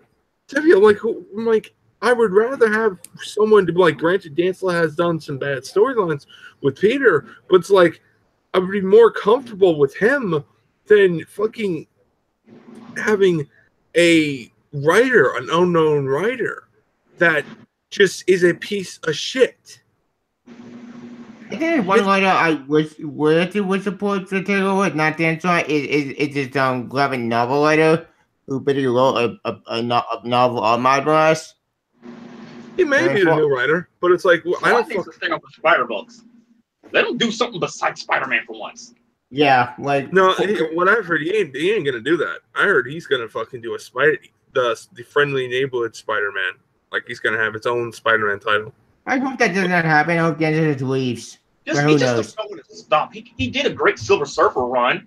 Yeah, which I don't get. Okay, what was so great about the Silver Surfer? Because it was so much ripping off Doctor Who-ish. Like, you're telling me you get bringing this girl, he brought this companion, there was so much Doctor Who vibes. I'm sorry, that's not Silver Surfer. Well, you got your wits that good. She died.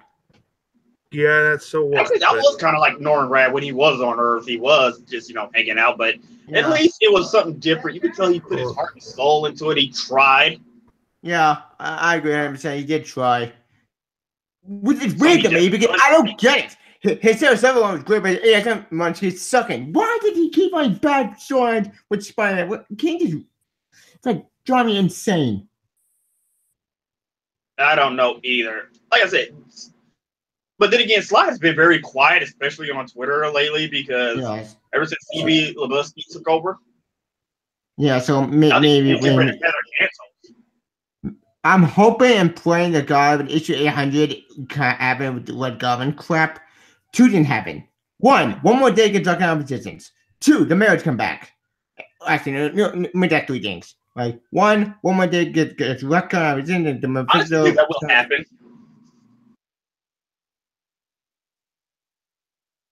How come? Wait, you mean Quesada? CB is in charge, and Joe Quesada is no longer in a position of power. Yeah, so maybe CB can find out the undo damage. Undo Quesada damage. Because assuming they can be married, which is why I have a son, John, who I love John. John is doing so awesome, and I don't want anything bad to happen to him. DCM it. Then the time is Spider-Man to get his marriage back. Yeah, like I said, he's trying to bring back fans because it's just the last 3 years, Marvel has done really horrible financially wise. Yeah, and quality-wise. That's why Alex Alonso got fired because Secret Empire failed horribly. Fourth part, the original ending apparently got changed because I bet he was not doing the ending. I think the original ending was a Dark Lane situation. Basically, article, I think. I forget. But the problem is, look how much effort they put into Secret Empire. They literally stopped every book to tie into it. Yep, and then we got another Doc Ock Spider-Man fight again for the 1,000,000th time. Oh, you want to be a Spider-Man? Ha ha! Let's make Doc Ock in the building again. Let's make something like very pointless. It's been for 2 years of Doc Ock bullshit, and now you're gonna have Doc Ock because of Spider-Man. Did that guy destroy everything out of it for nothing? What? Why does he bring Octopus back up like he's the only relevant villain Spider-Man has ever fought? I don't get it. They're just so stupid. I mean, he's still Sandman, Vulture, Rhino, Kraven. Well, Kraven's in Captain America. Graham also was in Venom. At least in one issue. What about the Hobgoblin? Where's Hobgoblin? We haven't seen him in years. Ever since whole Goblinism happened. Yeah, I haven't seen or heard from that guy in a long time. Damn.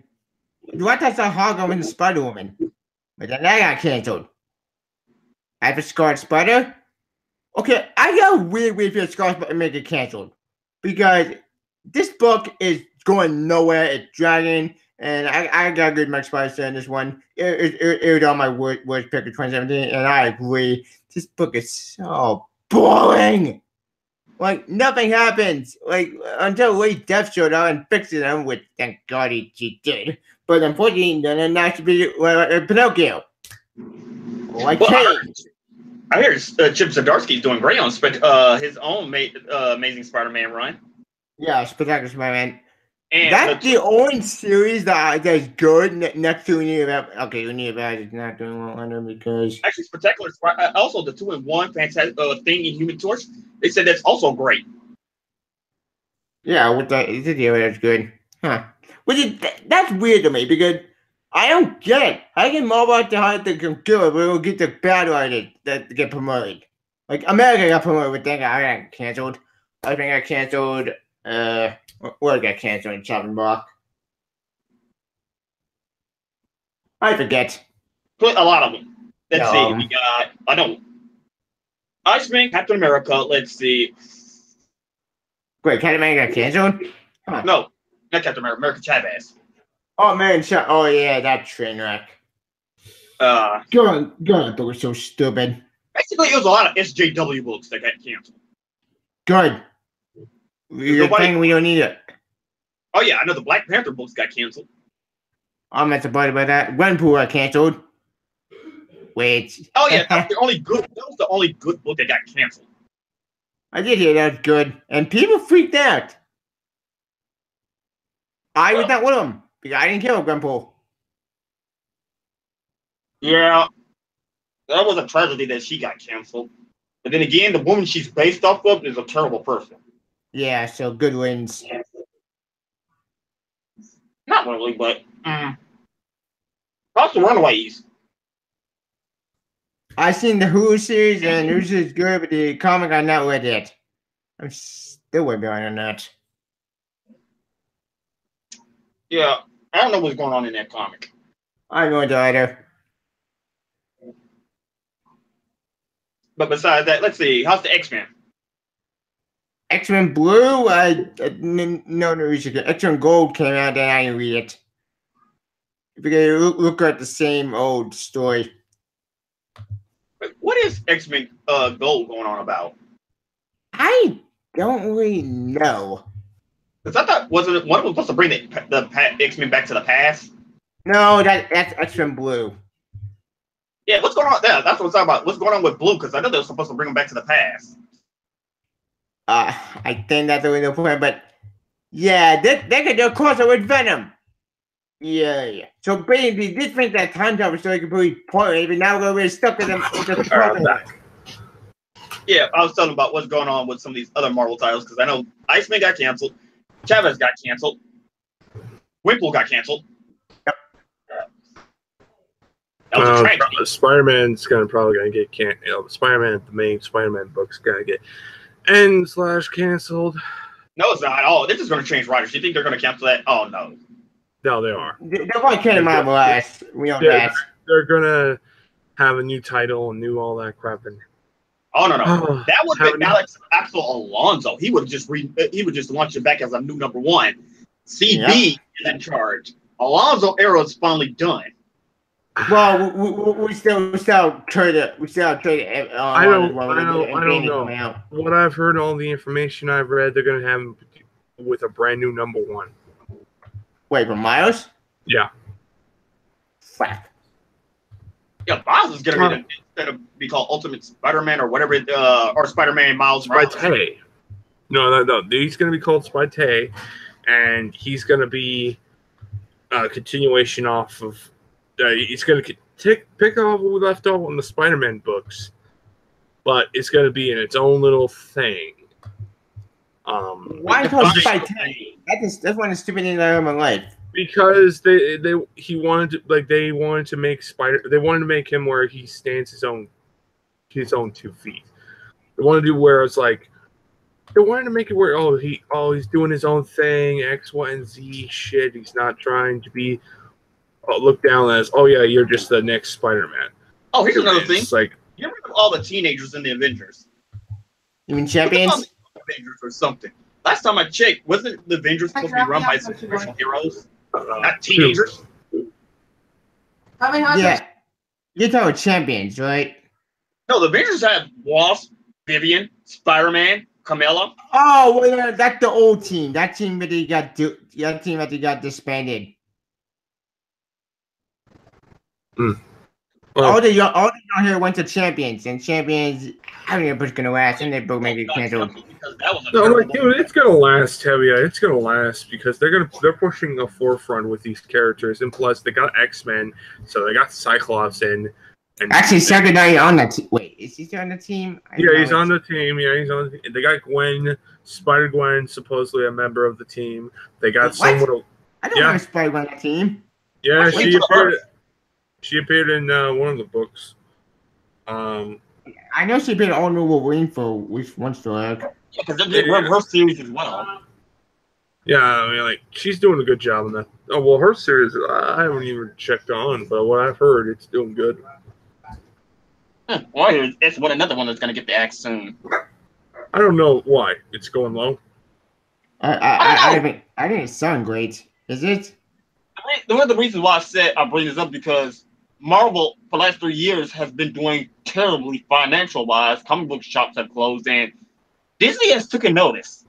Yeah, they're not happy. Well, here's the thing: they're not going to cancel. If they cancel characters like Spider-Gwen, then at least end the character. At least, okay, there's a proper send-off, and there may be storylines in the near future someday. But just, yeah.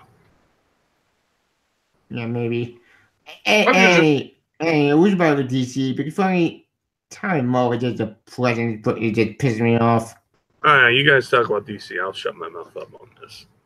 Oh no, you can chime in because I do like with Marvel. You can just chime in and just ask questions. I'm kind of like you talk about metal and all that crap. I'm kind of literally behind on that because I haven't even bothered with that series because I still hold a grudge on Scott Snyder on the way he did on his last Batman book. Going Batman, or also Batman. No, it's just how he brought back Batman, how the whole thing of Bruce came back. And, Chappy Batman. That's the thing. That was DC mandate. That was a DC mandate. DCU. Well, the way he was trying to. Well, I'm sorry. That may be true and all, but I'm sorry, but the writer literally counts sometimes. And if you can't literally execute it right, you're fucking shit. For what? There is no plan over to kill Bruce Wayne. I mean, like, the way I see it, and it's like, it looked like they were trying to copy Bendis, where they were tiring fucking Bruce, and it backfired so heavily. Like, a lot of Batman fans, like me, dropped the book heavily, and it lost so many goddamn sales. Batman Beyond the kill to time to give it Tim Drake. I would piss out about that. Well, no, yeah, but me and Rin fucking told you, and literally he was going to come back someday, and lo and behold, he was fucking back. Yep. After being like, for like, I don't know, like 10 issues of the series. Yep. Like I said, I'm just playing Dan DiDio. Yep. I agree with that. Mm-hmm. Speaking of metal, Hawkman has been amazing. Holy shit. Yeah, I'm glad the Dark Universe is not going to leave after this. Yep. It's there to stay its own thing. Yep. We're going to sideways after next week. Or is it just going week? I forget. And that's some interesting stories because now we see the evil versions of Superman, like a Lex Luthor like Superman. Yep. Blue Electric Superman. That was the Teen Titans. Holy shit, it's awesome because because the evil Tim Drake, yeah, he came back. And guess what? Yeah, I heard about that. How's he doing? Because I'm still just curious. I'm like, what's his? I'm like, okay, I know he's trying to change the future. He's trying to do fucking Future Trunks type fucking patrol. God, tell me that. But it's like he wants to change the future. But it's like I kind of just like, what is this character like? Is he gonna like?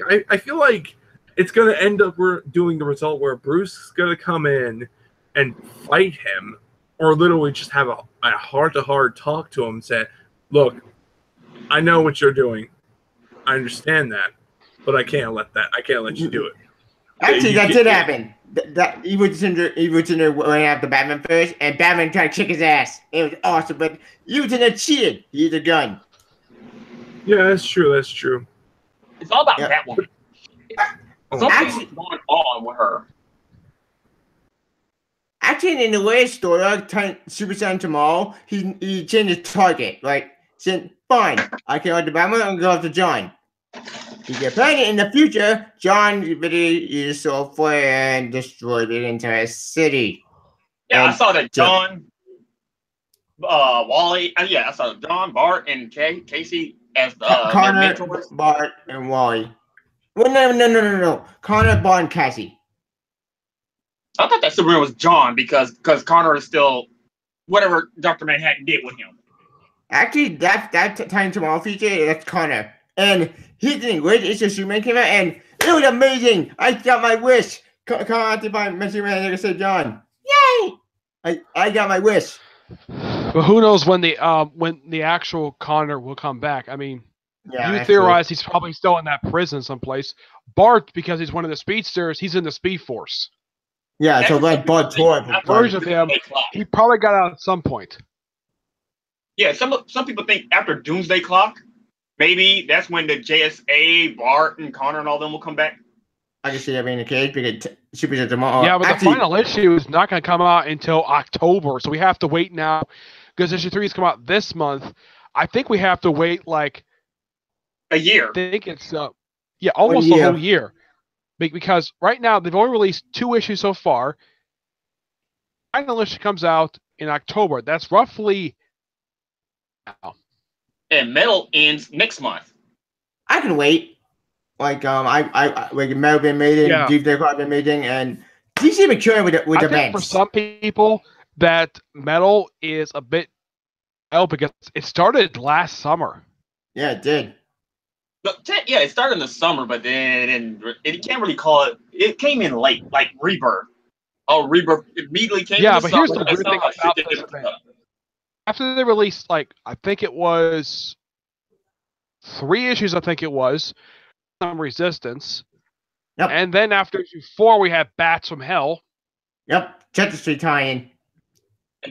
because we had 3 issues of the main series, then we went into the side series, and then we got all the origin stories. Wait, Yeah, those were all the side awesome. Gotham Resistance was made up of I think it was 4 parts. I think it was Suicide Squad, Nightwing, Green Arrow, and Teen Titans, and Nightwing. For Bats from Hell, it was 2 issues of Justice League, an issue of Green Lantern, Hal Jordan Lantern, and an issue of Flash. I thought Aquaman was. No, I don't think Aquaman had a tie-in because I was kind of let down by Barbados. Who Barbados was? I had a theory. I always thought that maybe he was Bruce, but they fused with the Spectre. That's what I thought, but Yeah. no, he would not. Apparently, Well, look at the Drowned. The Drowned is simply put just a woman. yeah, the Drowned is so disappointing. What? That the Batman from the Drowned is a woman? No, not that. Like I like that. The thing I didn't like her origin story, it didn't feel like past tense. By the way, my favorite Batman out of all the evil Batman are the Devastator, Red Death, Batman Who Laughs, Dawnbreaker, and that's it. Oh, and Murder Machine. Murder Machine is pretty cool though, but the two Merciless, and Devastator, and the Batman Who Laughs. Yeah. Batman Man is Look such at the a one shots. dark Almost character. all of them have been done by people who've actually at some point. But I support because People who unlike actually do the regular books. Like if you look at, let's say, I think it was Dawnbreaker. I think it was the one where Tim Humphries did that one. Tim Humphrey did that one. Dan Abbott did the Drowned. Yep. What Peter book was DeMarchi done did the Devastator. I don't know who did. I think the Batman Who Laughs. I think Tinian did that one, didn't he? Yeah, James Tynion IV did that one. Yeah, James Tynion. And that one was holy shit dark. That freaked me out. Massacres where this Batman massacred the Bat family after he was Infected. the Yep. Joker. Yep. That happened. But he did the even more messed up part. He made at the end John kill us with Black Kryptonite. Yeah. That freaked me out. Particular one shot that it was not just an origin story, but I think it was Dawnbreaker. I think it was where it actually advanced the plot of, where the one where they had the gathering of all the heads of the government agencies in DC Universe.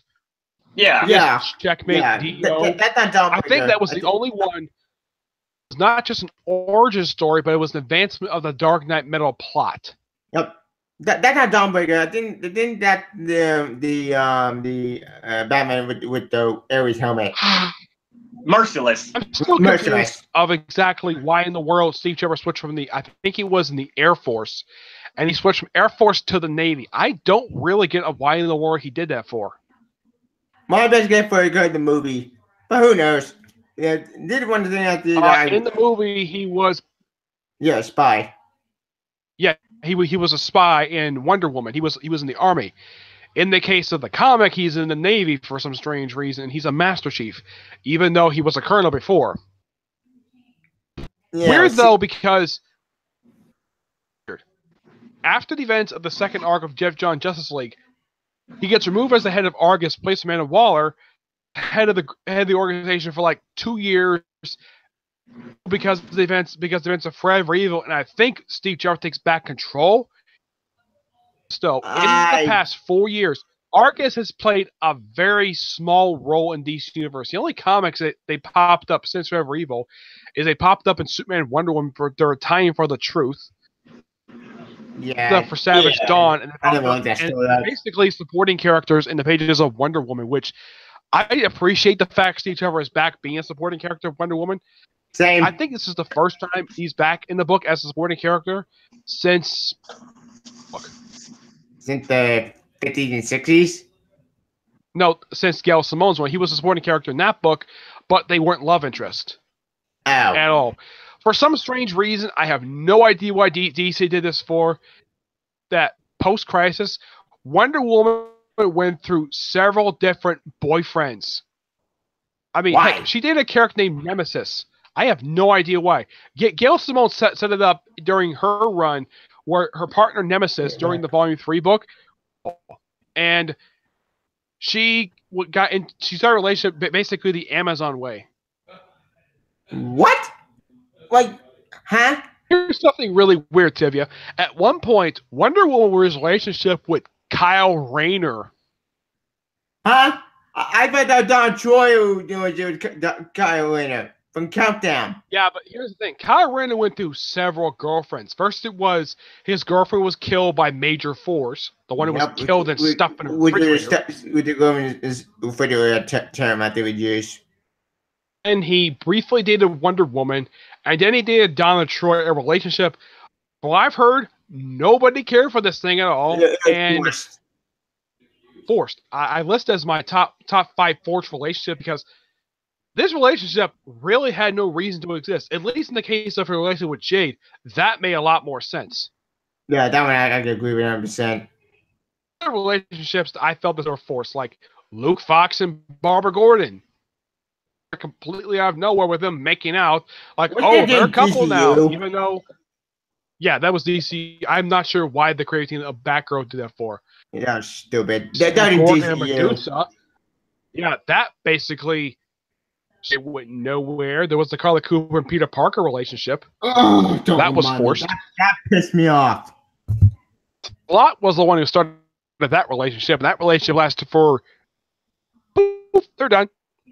I thought that was Casado who started that when you said Casado's daughter. Forcing it, but they didn't become official couple until Dan Slott took over the book. Brand New Day crap. Well, they did have it briefly where he was sleeping with his roommate. Yeah. Of his previous roommate. Very stupid. Brand New Day was one of the worst. Here's the weird thing. One More Day. I remember reading like how they first met. He's basically walking around his apartment butt naked, and then he just happens to run into Michelle, who was the roommate of his previous roommate, who made a deal with the DA because that was part of the Spar Tracer murders. I didn't read that story because I didn't avoid Brand New Day crap. Yeah, and she thought he was a nudist, and then like later on, like after 600 when they brought up the Chameleon, as Peter Parker and slept with Michelle. God, these stories were so stupid, but Brand New Day crap. No idea, but you know the weird thing about Chameleon is? What? All the Chameleon in the comic book. It was recently in the pages of Spectacular Spider-Man. I think he did show up in that. I don't last remember. time I was seeing him, off the top of my head, it was probably when he was part of the Superior Six. Yeah, I mean, it was very sick. Spider-Man. That backfired badly because Doggo was a complete idiot. For 2 issues. Yep. I think it was Chris Yost set this group up. Yeah, he set these group up for a while, and then it was an interesting group. Group got disbanded after like 1 issue. Yeah, but Doggo out of control there with that. He completely disappeared. No one heard from him since that book ended.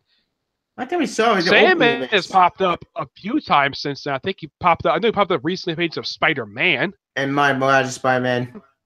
Yeah, he popped up there. Let's see. The there. Spider-Man. Yep. Let's see. I'm trying to remember who else was part of the group. I think it was... Hocus suit looks like just the movie. It's just stupid. Why did I don't mind the helmet thing, but it's not the same design helmet as in the movie. It looks like the same helmet design from the awful Spider-Man TV show we have right now. Yeah, doing that good. I've seen episodes. Don't have a problem with the helmet because, they gave him a helmet in the movie, but in the movie, in the live action film, it's a completely different helmet. Yeah, it looks awesome. I love that helmet. In the film, it makes sense because Vulture flies at high speeds, and that could basically kill you. Yeah, which makes a lot of sense. I support that. That's the point. But in the comics, the heck Steve Ditko and Stan Lee are come up with when they created the Vulture. It's like, we have an old man who wears a bird costume and basically commits crimes and slices up Spider-Man. Yeah, he didn't see me in the comics and every anime series. Not that interesting. You don't understand the Rick and Morty thing. Remember who else was part of the Superior Six? It was Superior Spider-Man, Sandman, Alien, Mysterion. Mysterion? Huh? Was the 4th Mysterio, and he's black. Oh. Weird. Stuff for the last issue of Avenging Spider-Man was when Superior Spidey teamed up with the Punisher. Yeah, I saw that. And Punisher, he had no. Here's the weird thing: Punisher had no problem with how Spider-Man was acting. He actually liked the way he was acting. Why can't Punisher just kill Doc Ock? We could just deal with it. Wait, Punisher didn't care. Well, for character, I'm happy he killed Doc because I didn't care for him at all. You remember the character, the Red? I call him the Red Vulture. He's the fourth Vulture. He's the one who's a cannibal. Yeah. Why? Rick Remender's running for. I think no, it was Greg Ruckus running for Punisher. 3.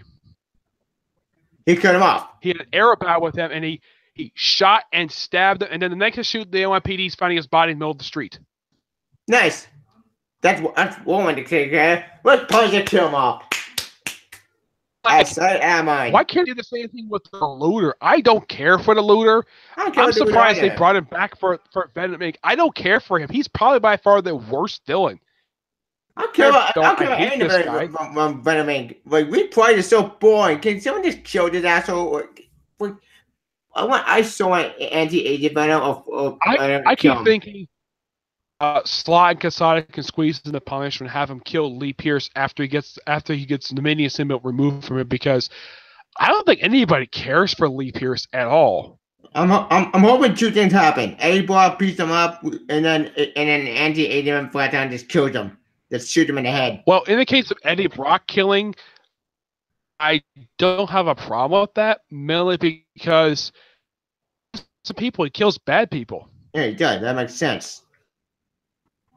Yeah, him, I don't have a really big problem with that. Spider-Man does not need to kill at all. Spider-Man doesn't need to kill. That's my superior Spider-Man bullshit. That's the thing I don't want. I don't want to see... Peter has, off the top of my head, never actually killed... I don't think he's actually killed anybody that I can think of. Can you? Nope. I think the only person that already happened was Spider-Man Wolverine. But to be fair, that actually made sense because that was more Spider-Man, more biggie, more a spy book.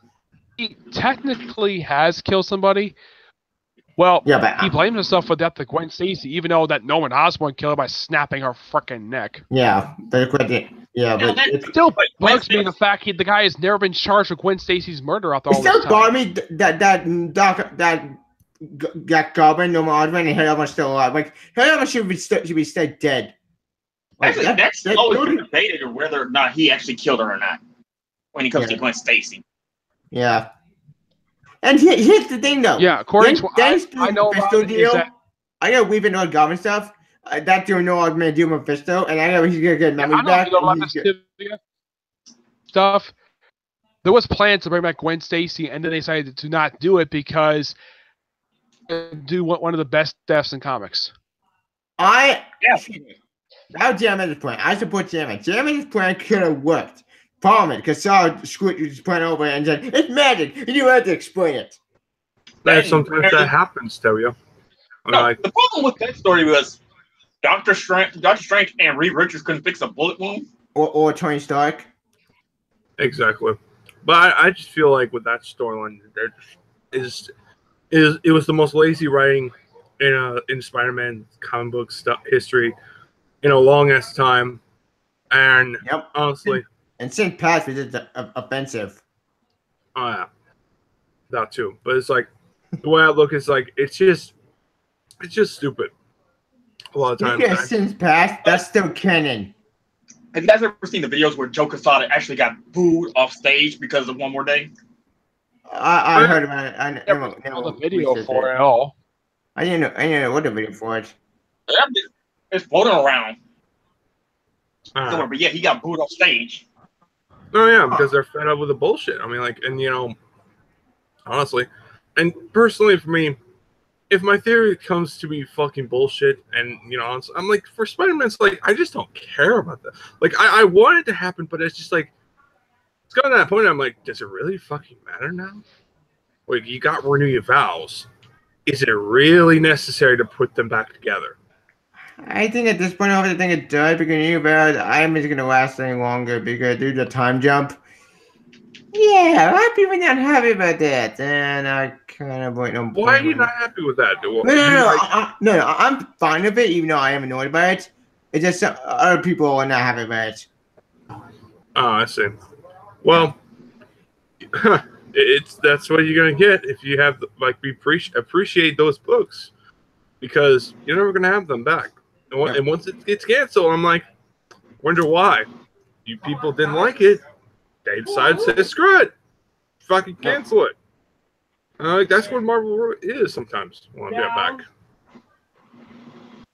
Marvel half the time doesn't listen to their fans, but there was one thing that fans had wanted Marvel to do for years, and that was two things: stop the restarts and restore the original numbering for these series. And finally, after 7 years, we finally got it in Marvel Legacy.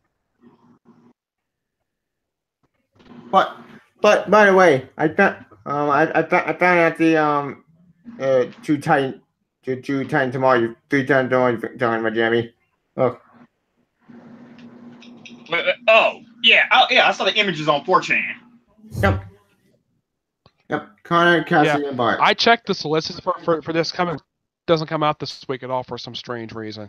Super Sense? I didn't see on the solicit for Comixology. Damn it! Go to DC Comics webpage because they have it. No. They tell you what comics come out on every week. Oh, I did do New Order, and that story been amazing. I'm waiting for the trades to come out for all these comics. Like I said, Never New Order. Holy shit! One of the better Elseworld stories. Like, what about Batman White Knight? Yeah, it is. That too.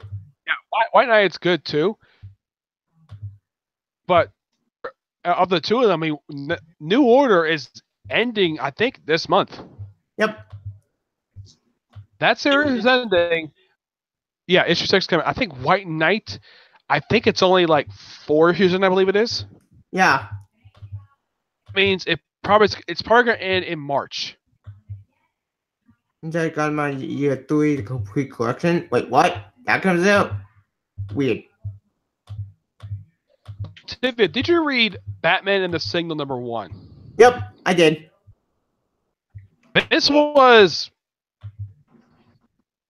Yeah, I got. It just kind of felt as though with this issue, it was Batman was like the first title character of the title character. I think he appeared for like 5 pages.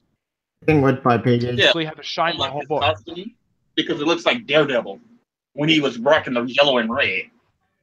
Yeah, I got great there. Like, one thing I did like about the issue is that Duke operations inside Gotham City. I thought that was really nice of Batman to do. Yeah, in the day. He does it during the day. Yep. Something that doesn't happen. And also, I thought this was really also cool about the book. Because people who know about the fact he is that, and both of them are former members of the We Are Robins gang. Oh, they're little Asian. They got that Asian chick and that other dude. I completely lost my mind. She's dating Duke. Oh, because I thought she was. Because I know the end game for what Tom King was saying that Gotham Girl is going to be the end game for Duke. That's what I thought. Yeah, but apparently in the Signal he's got a girlfriend, and it's the girl in the book, which is odd. Why We Are Robin? We Are Robin, not a great book. That book sucked. Well, I like the characters inside. It could have been better if it wasn't brought out since DCU. Yeah, but here's the weird thing about the book. I kind of felt as though out of all the characters, Duke was the only one who actually got the whole 12-issue series. Robin gang, if you look at them, I think besides Duke, I can't think of any other character from that series who got any development, or at least people care about who died in the series. Yeah, all the characters were all boring, like accidental characters, and they're not interesting, except for Duke. I said, it was mishandled during DCU. Yeah, the only part of the book I did like, aside from basically Duke getting development, was they actually had a rival gang. They actually fought 2 people. First, they fought the Talons, which that was cool, and then they fought the Jokers. That was when I saw a Talon pop up and We Are Robin, I'm like, wow, a Talon! We haven't seen one of these guys in a while. I said these are Robin War. These guys, they're basically kept in a bait. They're kept. I think that all the Talons are supposed to be in the basement of Blackgate. I think they all did at this point because the Corvette they got slaughtered but doesn't matter. Oh, in the first arc of Nightwing of Vowels, the international version of Court of Owls, in the first 4 issues of Nightwing. Actually, what was up with that whole? Now it went international. That was Yeah, Love and War. That was at the end of Love and War. They showed it never. But here's the weird thing about, I'm not sure why Tim Seeley did this for, where at the end of the book, Dick Grayson's wearing an owl mask. And then, like, the next issue, like, right afterwards, they just don't talk about Robin War at all. And then they just sit on this plot point for, like, I don't know, like, a year. And then, like, we have them basically take out the Parliament of Owls in, like, 4 issues. Which I'm happy with. March was taken out in the first issue of Nightwing Rebirth. Which I'm happy about that. For me, I ain't giving them about Lincoln March. I'm glad Robin War got left kind of existing. Robin War was awful. Really cool for Nightwing to do, and I'm so happy they brought these characters back. And the Ted Kord villains. Oh, you mean the Madmen? Yeah, the Madmen. Aren't they in Blue Beetle? Oh no, that's a true. Stop. Yeah, they're Blue Beetle villains. Ted Kord. Yep. Yeah, they're Ted Kord villains, but they fought Nightwing in Nightwing Rebirth #1. Yeah, that's also cool. I'm glad Raptor is going to be like a mainstay in the Rebirth universe, where we thought he was going to be one and done. I'm happy about that. Raptor's such a great villain. Like, he is right now in Equal, and it's awesome. I thought it was odd, though. It took into the last arc of Tim Seeley's run for him to take off his mask, because I had never seen this guy without his mask before. I didn't know that was even him. Because almost any time we saw this guy, he's always masked. Actually, they showed him in the flashbacks when he used to be in the circus with Dick's mom. I'm glad Tim Seeley brought him back for the final arc of Nightwing. Also, it's cool that was neat too. Oh, Deathstroke! Yeah, he showed up at Deathstroke. In my opinion, when it comes to Deathstroke, Deathstroke is probably a Rebirth. It's one of the best books in Rebirth. Wait. Yeah, it's been consistent every issue. I've never had a problem with any issue of the series when it came out. I think along with... I didn't have a problem with Just Like America. I thought every issue of that series was pretty good, the current run. The only book I'm not going to judge is that because Brian Hitch. Yeah, but I'm talking about Just Like America by Steve Orlando. That book has been good consistently. How's the Supergirl been? Because I got volume 2, and I've been binge reading. Like I told Nick yesterday, that's why we didn't have a podcast, because I've been now I'm up to Suicide Squad. It's interesting. Suicide Squad just wrapped up an arc where they actually met up with the original Suicide Squad. Wait. Yeah, because I'm most excited for the whole Hal Jordan taking on General Zod. Yeah, that's interesting because, as far as I know, this has never happened before in Hal Jordan's entire existence. He's never fought. That's why I like Robert Venditti. He's pushing. He's a great cosmic writer. Yeah, that's why Hal doing. Aside from his own villains, can you think of any villain who popped up in this book who's not one of his? I know Starro showed up in DC Metal. I was surprised to see him. Yep. Wait, who's villains? Starro. I'm talking about Hal Jordan. Has he fought anybody in this book that's not one of his villains? I mean, I know he's going to fight Zod soon, but can you think of any villain who's popped up in this book who's not one of his rogues? Well, they changed up the whole scope now. I'm glad they brought the Blue Lantern Corps back. Yeah. What is Sleepwalker doing? What is Sleepwalker doing exactly? He just kind of disappeared. He got the ring back. Which I have no idea, but last I checked, Venditti was the one who got rid of the Blue Lanterns, and then he brought him back for some strange reason. Didn't the Witch invade the Blue Lantern friend or New 52 crap? Yeah, because I just got the volume where the Search for Hope, which is also the one where they also got the. Because I'm waiting for the next volume because it comes out on the 26th of this month, where it's about the Sinestro Corps, where they apparently went fractured because they're going to learn about Tamar 2, I think that's Tamaru's son, how he murdered one of the Yellow Lanterns in secret. Yeah, that's going to cause a war. Believe it, but here's the thing. The Sinestro Corps is no longer allied with the Green Lantern Corps, and it all has to do with Kyle Rayner. Oh, no. See, I know about that because in the 3-issue series when when Rip Hunter came, also, that was interesting that Robert also brought Rip Hunter to the Green Lantern book because he ever interacted with him. You know, like character Space Cabbie? Yeah. I don't like how he redid He's him. an old character. He's an old character from the 50s. Yeah, I don't like how he redid him because he was he was just a guy who basically just brought people all around the universe, but Robert Venditti made him like he's a smuggler now. Yeah, that was weird. Yeah. Oh, yeah, and here's the weird thing. Apparently, he's an old friend of Guy Gardner. Well, that's because he used to be on Gardner's beat, and Gardner was aware of him. Really cool for Guy to do is that when he took off his ring, he's wearing his costume from his 90s series. It's the warrior suit. Well, I think it's the warrior shirt and jeans. It's the first suit he had before they changed the book to Warrior when they revealed that he's actually half alien, which That makes no sense. and I was reading That the was series stupid. when I was reading the crossovers he had with Just Like America and How Hawkman, the first one. Man, I was so bored reading this crap. Oh, wait, It was what was up in the past where he took Sinestro's ring and he was a Yellow Lantern for a time? I thought he'd be a Red Lantern. No, he was Wait. there was a time where he took Sinestro's ring. So, and I thought that would be something I wish they could bring up. Who knows? one and character you haven't seen in a while. Probably because Ben Diddy probably have him trapped someplace else. Black Hand. Last time I saw Black Hand, he got trapped in the source wall. He's not really trapped in a source wall. He just can't touch nothing because his arms are the source wall. Oh. Yeah, because they turn people to stone. I can think of one other villain who has to open a while.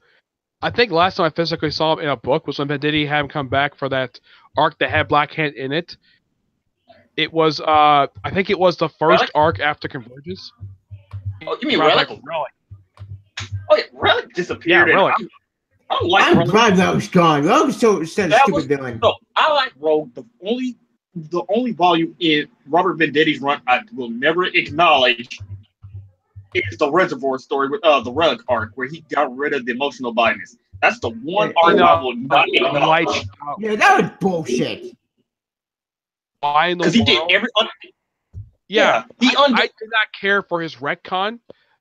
Apparently, he's from a different universe. Oh, yeah. Apparently, there's Lightsmith, stuff like that. I don't have a problem with Relic himself. I think he's a cool character. I just didn't like his backstory. His backstory was so boring and Apparently, he's stupid. Galactus. He's basically DC's Galactus, where he survived the previous universe and he's in the current universe. I thought Oracle was When he was he was drilling someplace. He wasn't eating plants. And here's something really weird. I don't know who Hal Jordan is at all. He did not either. He didn't remember him, or he just completely forgot about him. Well, Jordan didn't really face off against him all that much. He mostly knows Kyle because Kyle. Kyle and the new Guardian you fought Relic. Yeah, and there's one character I have not seen since the end of New Guardians. Who? John's old flame, which turns out he was never with. What?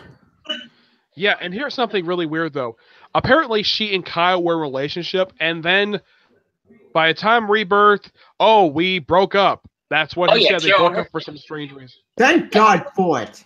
What's up with Justin Jordan's New Lantern, where apparently Carol lost interest in Hal and decided to hook up with Kyle. That And Kyle pissed me off. disappeared. That made me mad. No idea what the heck Ben Diddy was even doing with that. That was Wasn't That was it doing nuts. on No, Google that and was stuff? Justin. That was wasn't that Justin? I think that's his name, Justin Jordan, the one who took on New Guardians for Kyle. Yeah, that was the his new storyline. Guardians. Yeah, that was his storyline. Only thing is, Robert Vendelli just mentioned it in his book. Yeah, during that time, all the Green Lantern books were Here's tied the to thing. other events. been dating since the 50s, and yet DC would never allow, for some reason, these two to actually get married. They keep back together, breaking up, getting back together. But like I said a lot everybody of knows, these two have been together for years, and yet They never once got married. these Or two the get married. And it might here's be a- about the Mary Jane situation. what about Batwoman? Where apparently Batwoman couldn't marry Maggie Sawyer. That was your New 52. Yeah, Yeah, where Yeah. Danny DeVito said Like, nobody it's could implied relate to a Tinia- married couple. I really enjoy this Patinius run. It's implied he wants Batwoman to hook back up with Renee Montoya. But I I've approve. seen her as detective. I don't know where she went after Detective Comics. Well, here's kind of the thing. She popped up like after Rebirth. She pops up as a detective during Tinium's run, and that's it. She doesn't show up anyplace else. She that really good storyline in background Birds of Prey. Birds of Prey got an expanded roster for this one storyline where they added, let's say they added Batwoman, Harley Quinn, Poison Ivy, Catwoman, Wonder Woman. They added a bunch of people to that group. Was slain to the group just to fight a virus that was killing off men. You see John Carter on Super Saiyan? It's kind of cool. Yeah, I remember at the end of the first part, and it's like, yeah, room for one more, and it's Wonder Woman. I thought that was really ingenious that the fact that the writers brought in Wonder Woman, a character who has nothing to do with the Bat books at all, and they have her briefly join the Birds of Prey. That was pretty cool. I kind of wish they would have somebody take over from the previous Oracle. I mean, it doesn't have to be Barbara Gordon per se, but I kind of think they need a tech person behind the scenes because I kind of like the character they had for Oracle, where he was a huge Batgirl fan. I portrayed the Oracle. Oh wait, here's a question: does Team 7 or the stuff Black Canary used to do before she met Ollie, is that canon, or did they just? I'm guessing they got rid of that crap. Yeah, because I'm saying like this is Amanda Waller. Team 7, I thought was a really good book. Book abruptly ended after like publishing 8 issues. And only book to feature Mr. Majestic, who is Wildstorm Superman, one of 2 they consider to be Wildstorm Superman, along with Apollo. All the Wildstorm characters were all useless in the main universe. I'm glad they're gone. Midnighter, he's the only character. Except Midnight. Midnight was good. Midnight at the Apollo was awesome. I thought that was good. They turned people into villains for no reason. Like Lilith, apparently she doesn't remember she was a villain. Thank God. I'm glad Ricardo Scott did bullshit. Really funny. Colin, who is Harper's brother, he says, "Oh, I'm hanging out with gay gay Batman." Essentially, put what Midnighter is. He's essentially put Batman if he was gay. Yep. And Colin himself is gay. But one thing I appreciate Scott Snyder did not do of Eternal is to have Midnighter hit on Colin, because Colin is like I think he's like 20 years younger than Midnighter, so it would not make any sense for him to hit on a kid who's in his teens, and he's probably in his 30s. Speaking of whether now of Scarlet though, Harvest particularly got killed off, ladies and gentlemen, and thank God for it. He's still alive? I thought we were done with Harvest. No, he died. Yeah, he's officially dead. Yep. When did he die? The Suicide Squad found his body in the Nowhere complex, which had the characters go back there, because it has been like you're having 5 years since anybody visited this place. And God, I'm kind of like, get them. Okay, they apparently didn't show that big generator that apparently he brought from the future. That was nowhere to be seen. Was it Skitter had some? No idea what happened to her at all. It's like she was wasted potential. It's like Scott Bell didn't know what to do with this character at all. It's like, oh, she created her, have joined the Titans, and then after the culling, she disappeared. Again, until like the last few issues of that particular volume before it's relaunched. Actually, she showed up she was in the first 5 issues where she was in the first cover because they had her on the cover. They finally met her. She turns to Skitter. She leaves. I think she showed up in Teen Titans, Legion of Heroes, Legion Lost crossover. Yeah, she showed up in the culling, and then after that, she disappeared and showed up again until. Yeah, I'm not sure why in the world the artist had depicted Harvest like he's freaking Jesus Christ. Yep. As you see. I really want to ask, but he never said anything about it. Like Ben Percy, are we ever going to see Bunker again? Never responded. I'm guessing Bunker. Yeah, that's the weird thing about writers when it comes to now. The only writer who's ever responded back to me whenever I tweet him on Twitter is Peter Dibb. He's the only person that ever responded to me. I tweeted Mark Waid. I tweeted Peter David responded. I asked him if this is going to be stories in the future. He said yes.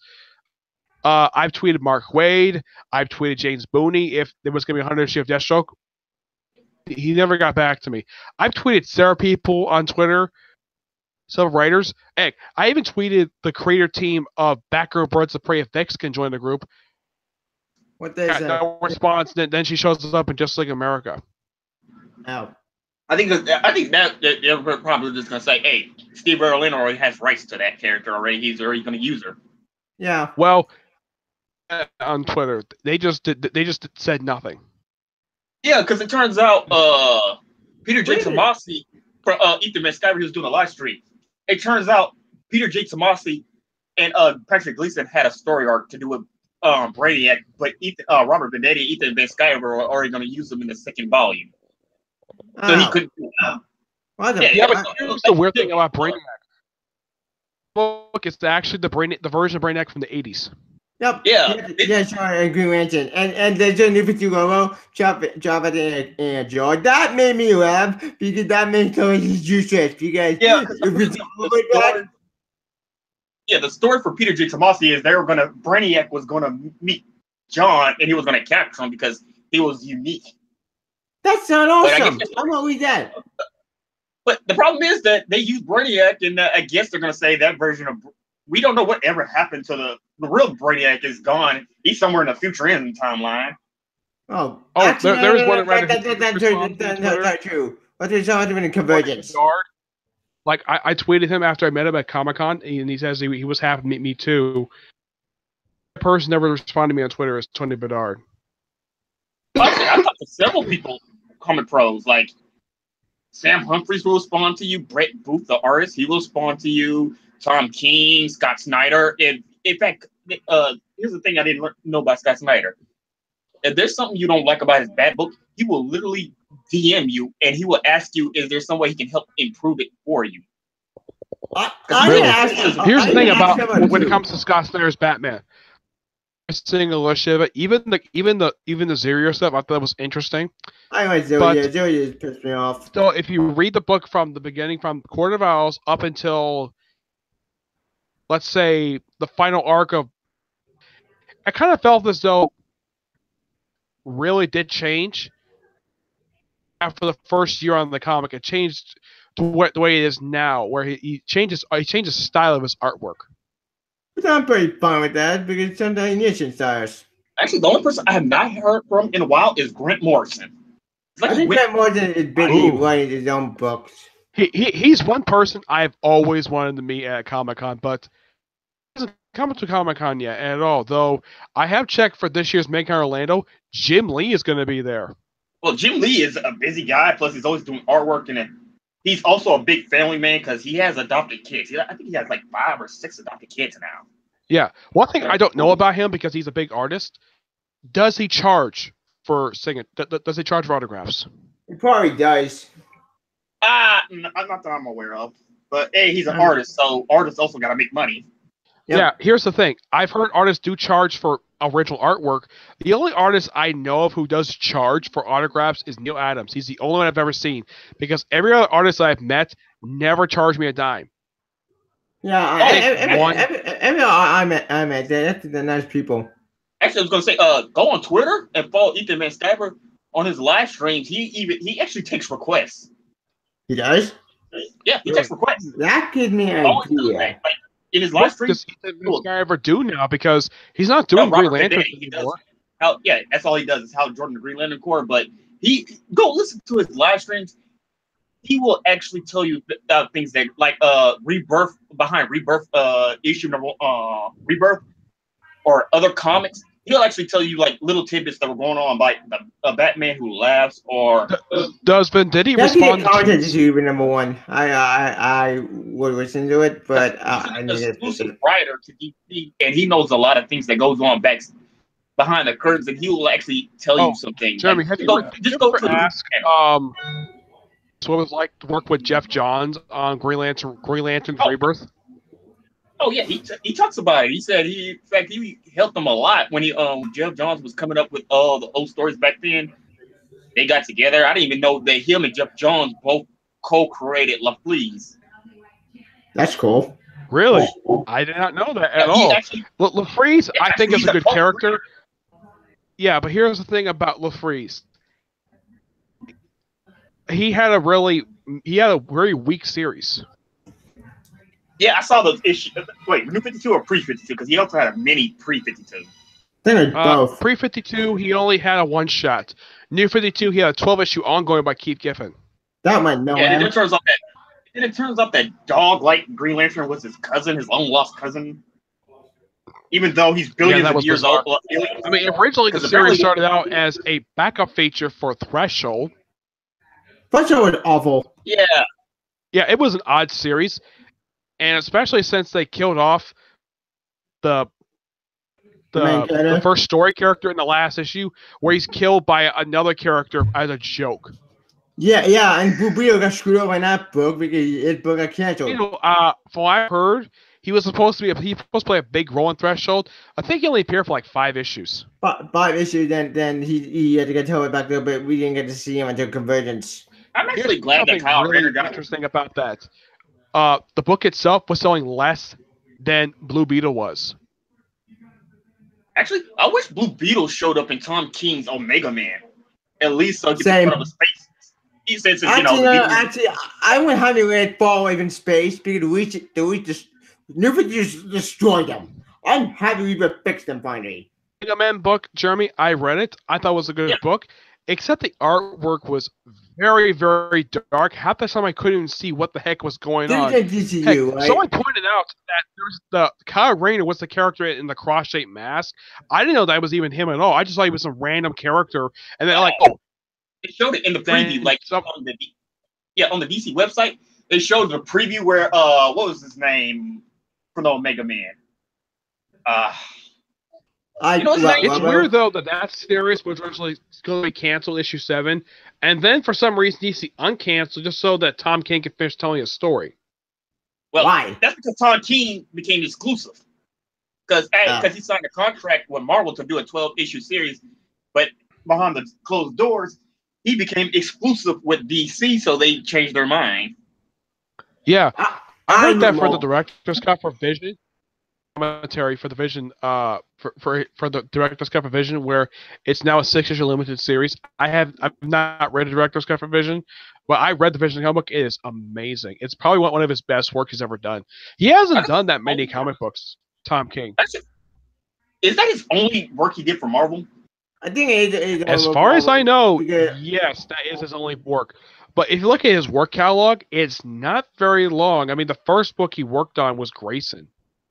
Well, that's because he came out in 2015, and he has an interesting. I think he just did. He's only done Grayson, with Omega Man, and the Vision. I think he did a one shot for. Did he do a one shot for Dark Knight Metal? No, he's not involved in Metal, but he did Batman. His Batman is awesome. I love Batman. Especially Batman Captain Body and married. My dreams come true. How would I want to get main canon? Yes. That was alternate future trivia. But in the case of an actual wedding, I think the best place for the wedding, providing the fact DC does not get cold feet again after the last time they tried to have a wedding. Anyway. Actually, here's something else I find cool about Tom King, besides the fact that he was part of the CIA. He has so much knowledge. Like, for one, apparently the CIA actually told him during Grayson that he had to re-edit his book. That makes sense. The CIA, because apparently he used some of his knowledge in CIA because he was using codes and tactics that the CIA used, Morse code that they used to contact each other. Yeah, the government caught wind of that, and they saw that he was, using some of their methods, and he had to go back and edit. Of course, the government. You don't want to give up the government secrets, especially if, there's fans around the world, and let's say Russia or China ever got a hold of this, that can really mess with us. Yep. Yes, it would. You don't want this. Yeah, you don't want your. The Grayson book, in my honest opinion, was not a terrible book. I thought it was an interesting idea, but I think everybody knew it was not going to last too long, so it lasted 22 issues. The only book of Grayson had nothing to do with the original creative team was the third annual. Yeah, the third annual was just. I'm just glad that people finally got Dan DiDio away from Nightwing. This is the second time he tried so hard to get this man killed. He killed him. I do not know. Like I spoke to Chuck Dixon about that, and he was not very happy that there was plans to kill Nightwing, especially since he wrote this character for almost 6 years. Dude, Dan did. In fact, thank God Jeff Johns talked about it the first time during Infinite Crisis. But then Forever Evil happened. Jeff Johns to kill him off, and he was actually going to get Batman to use a gun to kill Jr. Yeah, but then Forever Evil happened. This is something that actually happened. No, this is actual true story. They were actually make Batman use a gun. Yeah, to kill. I heard about that. Yeah, and also, I'm not very happy that Bloodhaven was destroyed by Chemico. He was not happy with that at all But then because all the Battle characters he happened. created, with the exception of Lady Vic, were all killed in Infinite Crisis. But then Battle for Bloodhaven happened. And Battle for Bloodhaven all for me here that were the countdown. Then Nightwing had to go back to Gotham, even though he was finally established as his own hero. Because Dan DiDio Actually, But first then the after New he 52 left happened. Bloodhaven, he went to New York City and lived there for pretty much the rest of the series until he went back to Gotham. But then New 52 happened and screwed him over. Then he became Batman, and then Grant Morrison wrote the awesome 3-volume Batman and Robin. But then New 52 happened. Like, Yeah, actually, like right. I know that run. Apparently, Tim Seeley is a huge fan of that run. That's why for Now He Must Die, he basically gave it a love letter. Actually, him and Patrick Gleason and Peter J. Tomasi loved Grant Morrison's Batman and Robin run. In fact, Well, he's not the only one. Apparently, along with Peter J. Tomasi and Patrick Gleason, there's one other person at DC who's a huge Grant Morrison fan, and that's Gerald Way. Yes, except it's Doom Patrol. Doom Patrol, awesome.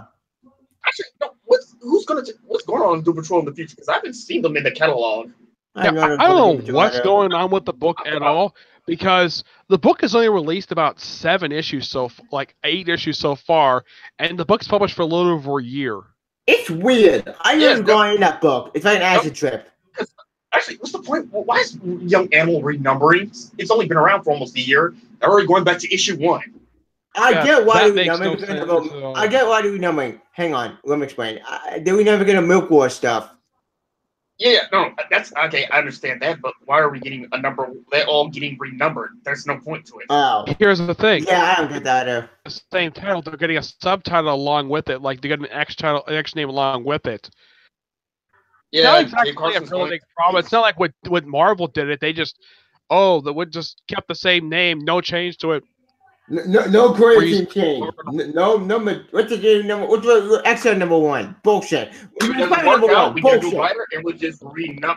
It doesn't work out, get a new writer and renumber it as number 1 under Yeah, Axel I think Alonso. the only book not getting renumbering is Doom Patrol, because the volume is not finished coming out yet. So I think that's the only one not getting He's still renumbered. working on the volume, but Which I'm he's fine with. also My Chemical Romance is still an active band.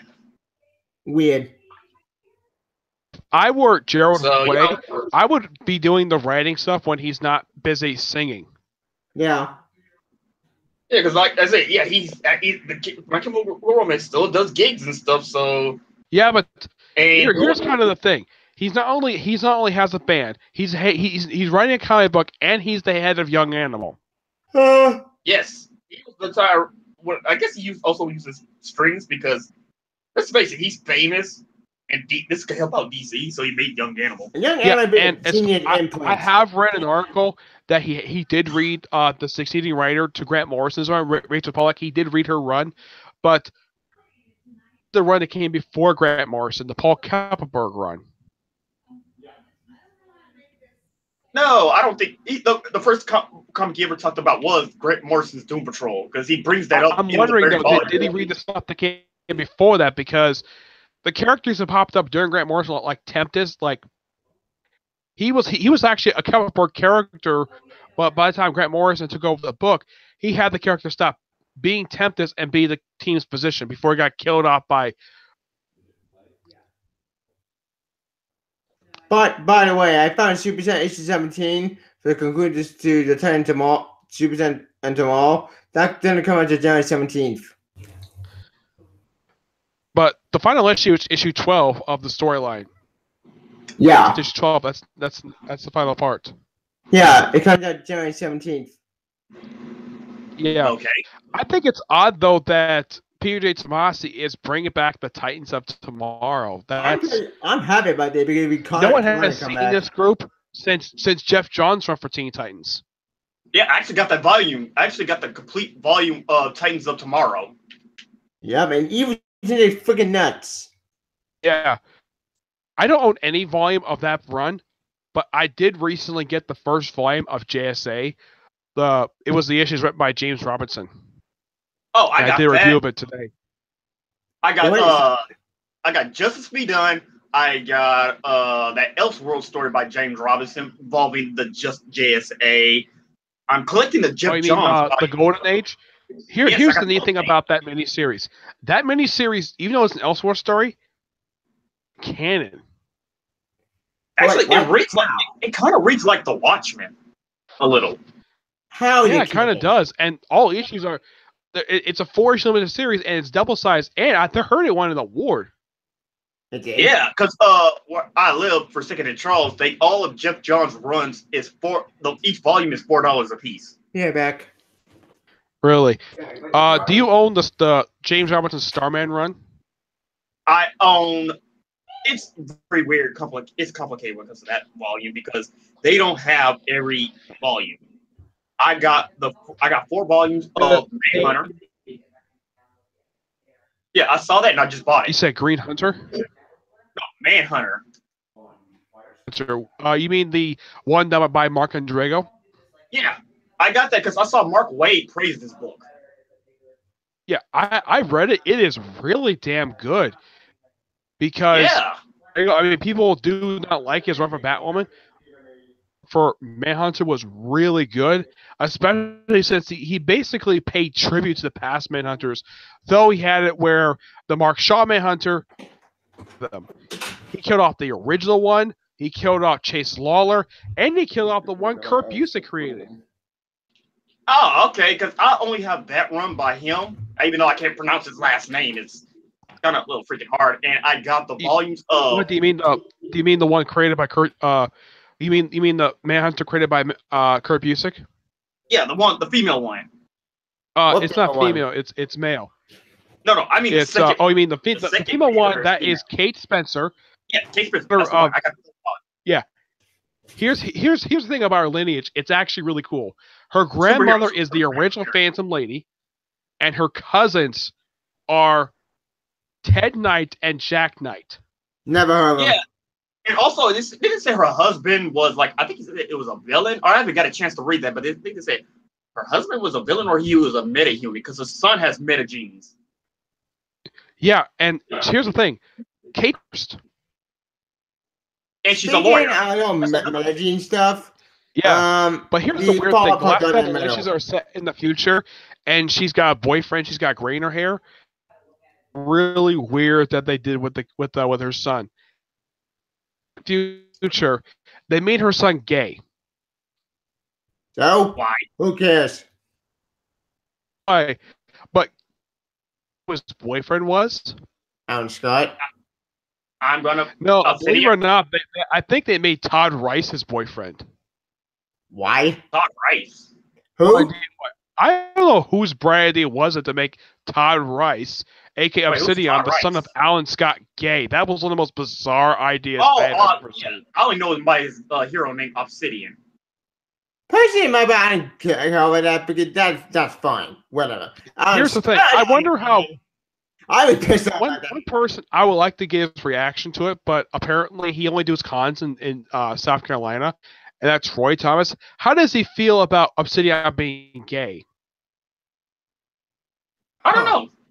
Actually, I'm still collecting Greg Rucka's Checkmate by the way, because they're slowly releasing. I actually have the first volume of the new printing for his run, where it collects the first 12 issues, and awesome.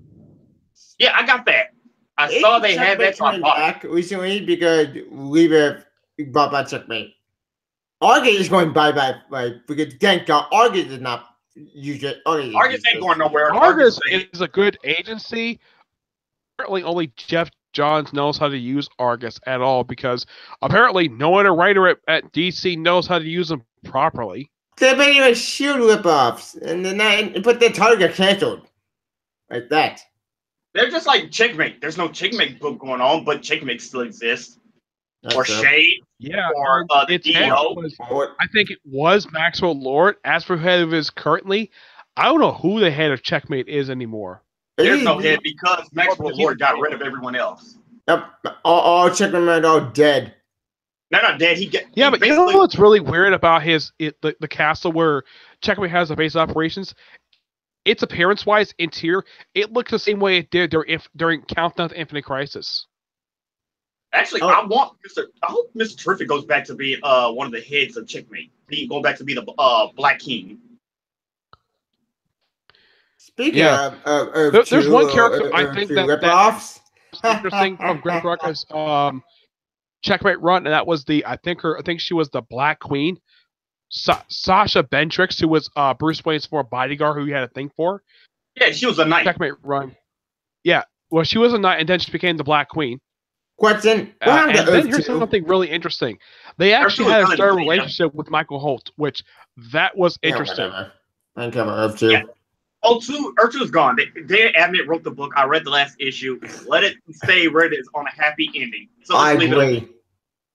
Earth 2 didn't need to end, and thank God. I think that Lemire is doing explain how Mr. Terrific got back to Earth and why he switched costumes for. We should talk one at the George said come back. Yeah, that was interesting. Probably one of the best things about James Robinson's one is having Zeus take on Darkseid. That was awesome. Actually, it's nice just that James Robinson. You have the head of you have the Dictator Apocalypse taking on the head of the King of the Gods. Yeah. Actually, I'm just glad that James Robinson's going to do a series where it doesn't get canceled. Yeah, that made me happy. Take note, Marvel. When he's changing Robinson stuff, he gets pissed and leaves. Maybe they can get Jim Starlin aside from Wonder Woman, because this is a weird thing about Robinson. Have you noticed that whenever he does a book, he only does one book at a time, not 2 or 3 books like other writers do? I'm fine with that because he's for one story. He doesn't need to but Bennett and Swart. Wait, there's only one book. But if you look at, let's say, Robert Venditti, Hal joining Grant Corps, but he's going to be doing the new Eternal Warriors series. But I'm fine with that because he created a killer. Well, it's also because he can do a lot of good work, but he's very good. Well, here's the thing about the Eternal Warrior. He brought him into this he created this version of Eternal Warrior, but he's not the creator of the Eternal Warrior. Oh, my bad. Somebody else. The current universe during his run for. Let's see if I can find out who created him. Valiant is one of the universes that's really interesting, but it's kind of confusing. Actually, I'm just interested what's so special about was Tom Strong ever part of the DC universe? I don't think so. I think he's an Alan Moore character. Yeah, because I know Iron Mar. What's his name? Because I know they brought him up in Multiversity issue 2 with the Society of Heroes. They talked about the Iron Morrow challenge. I know Jessica. I know the Multiverse Jessica did show up in Multiversity. Had a pretty cool arc. That was fun. So do they own the rights to Tom Strong? I doubt it. I think DC does because they bought ABC Comics from Alan Moore, which he was not very happy with. Well, the Eternal Warrior. The Eternal Warrior. There is no credit for him at all. His first appearance was in Solar Man of the Island number 10 from Valiant in June 1982. There is no credit for him at all. I forgot Valiant went under during the 90s. Yeah, but this was early 90s. I'm not sure whoever did Solar Man of the Atom, that is the one who actually created the Eternal Warrior. The original comic book, Jim Shooter. Oh. Huh. Interesting. How DC can get Jim Starlin? So they can rub some more salt into Marvel's face. That'd be funny. Yeah. Also, one more way to get the letter of 4 to our DC and tell them to F off. Jason Warren is an exclusive writer. Shit. Actually, you know what, Scott? Jason Aaron, I love the end 4 one. That's the only good 4 book I like. Like because Unway 4 is so disappointing. That pissed me off. I don't understand why Jane Foster's letting her son die to cancer. Good question. Actually, you know what? If she died from cancer, that's fine. That's a great death, and that was one death I'd not be undone. Because Marvel underwent too many deaths. To call that Odin out of the bedroom. Yeah, and Calderman had removed his brother from power, who has been basically been a terrible substitute for him. Actually, why did they bring Cole Barson back? Because he hasn't. I have no idea. Because I think Jason Aaron was the one who brought him back. Him and Karen Gillian. Yeah, Jason Aaron brought him back because nobody wanted to remember Fear itself. Fear itself awful. Age of Ultron, Fear itself, Secret War was the point. Secret Empire was horrible. Civil War 2 was bad. All Marvel events are all horrible these days. Well, thank God C.B. Lebowski's back, and he's canceling a lot of the series that people wanted canceled. Iceman is ending. Yeah, I hope the one title I kind of felt as though that of the titles getting canceled, the only one I did not want to see get canceled was Hawkeye because I thought it was a really damn good book. Hawkeye, well, I didn't care about. Punisher was extremely lackluster. It didn't even act like Frank Castle. He acted more like War Machine. No, the fact that he had two people from Hollywood following him around with a camera while he's shooting and killing some thugs. Well, that's not Mary from Rebecca Cohen's. Rebecca Cohen's run had it where he fought a guy named Face throughout the whole entire of his run, and the fact he was on the run from the DEA. Why? Did he kill drug lords? Yeah. How that bad thing? Character was chasing him the whole run, but here's kind of the weird thing. Cohen started her run. She had Steve Dillon as the artist. Is that bad thing? After halfway through drawing issue 7. Oh.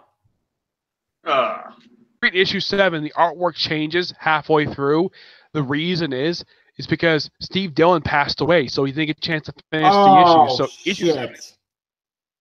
Yeah, I actually own one. I own the first issue of that run. I would have loved to have met Steve Dillon.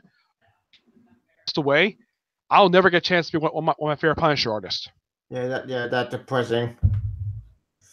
So the only people I could actually ask about him is people like Garth Ennis or even Jason Aaron. Him on Punisher Max. Okay, Garth Ennis is a 7 flavors of crazy who apparently doesn't really like superheroes. Yeah, the guy's fucking nuts. But yeah, he wrote. I think he. I don't think it was him. Was it him who wrote? Walking Back, Frank. He wrote Superman and Hitman back in the day, and if you ever read The Boys. Yeah, I actually don't think it was.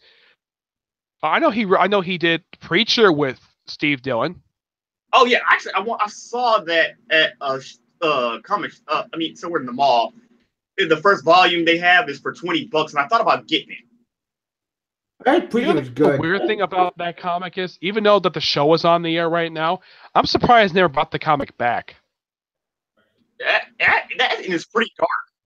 Because I've seen some stuff they got going off in there, like a crazy religious. The fact that he had a girlfriend in the whole series, and I know Lucifer. They brought back that series, where it picked up right where the last series picked up. They brought back that series New 52. No, it's published under Vertigo. Oh. Hey, wait. Nick, what are your thoughts on the original Hellblazer series when they were under Vertigo? I haven't read the whole series. I've only read the first 108 issues. Well, I saw volumes there, and I was wondering if those any worth reading.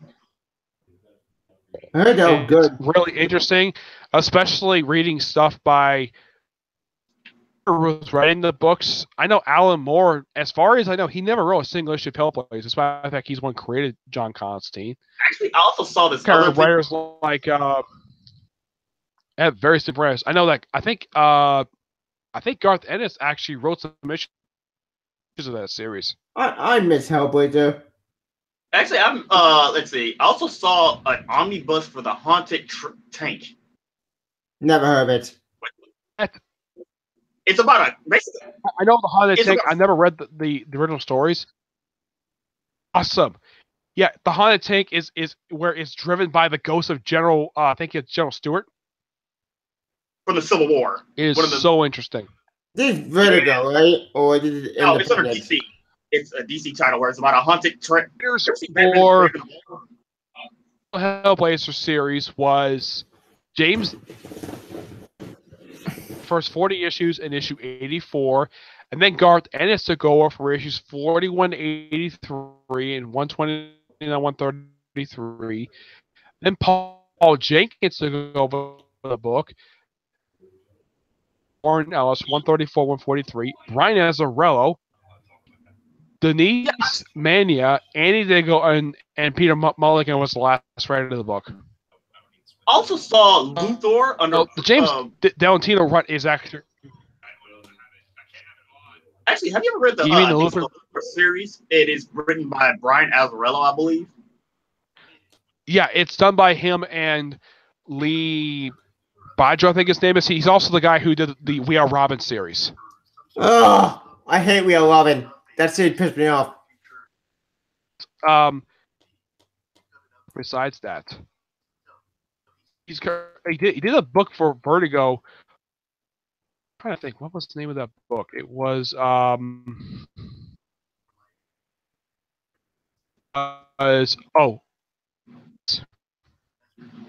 Suiciders. Okay, because I saw that. I saw they have this omnibus for the House of Mystery for $100. I thought about getting the artist's name is Lee Mijo. I think they pronounced the guy's name. I'm also waiting for the trade to come out for the Bug, so I can get that as well. Bug, Grant Morrison character. He's pretty funny. Who? You mean the ambush? Jack Kirby character in DC get more respect than more Jack Kirby. I'm talking about Forger Bug, the one done by the Allards. Yeah, that book. That book is actually really good, especially since you have a bunch of characters who Jack Kirby wrote and drew himself. Yeah. Actually, I saw the omnibus. They got the Jack Kirby Fourth World omnibus on Amazon. They have the complete edition for $125. Too bad Jack Kirby keep getting screwed about Marvel. Wait.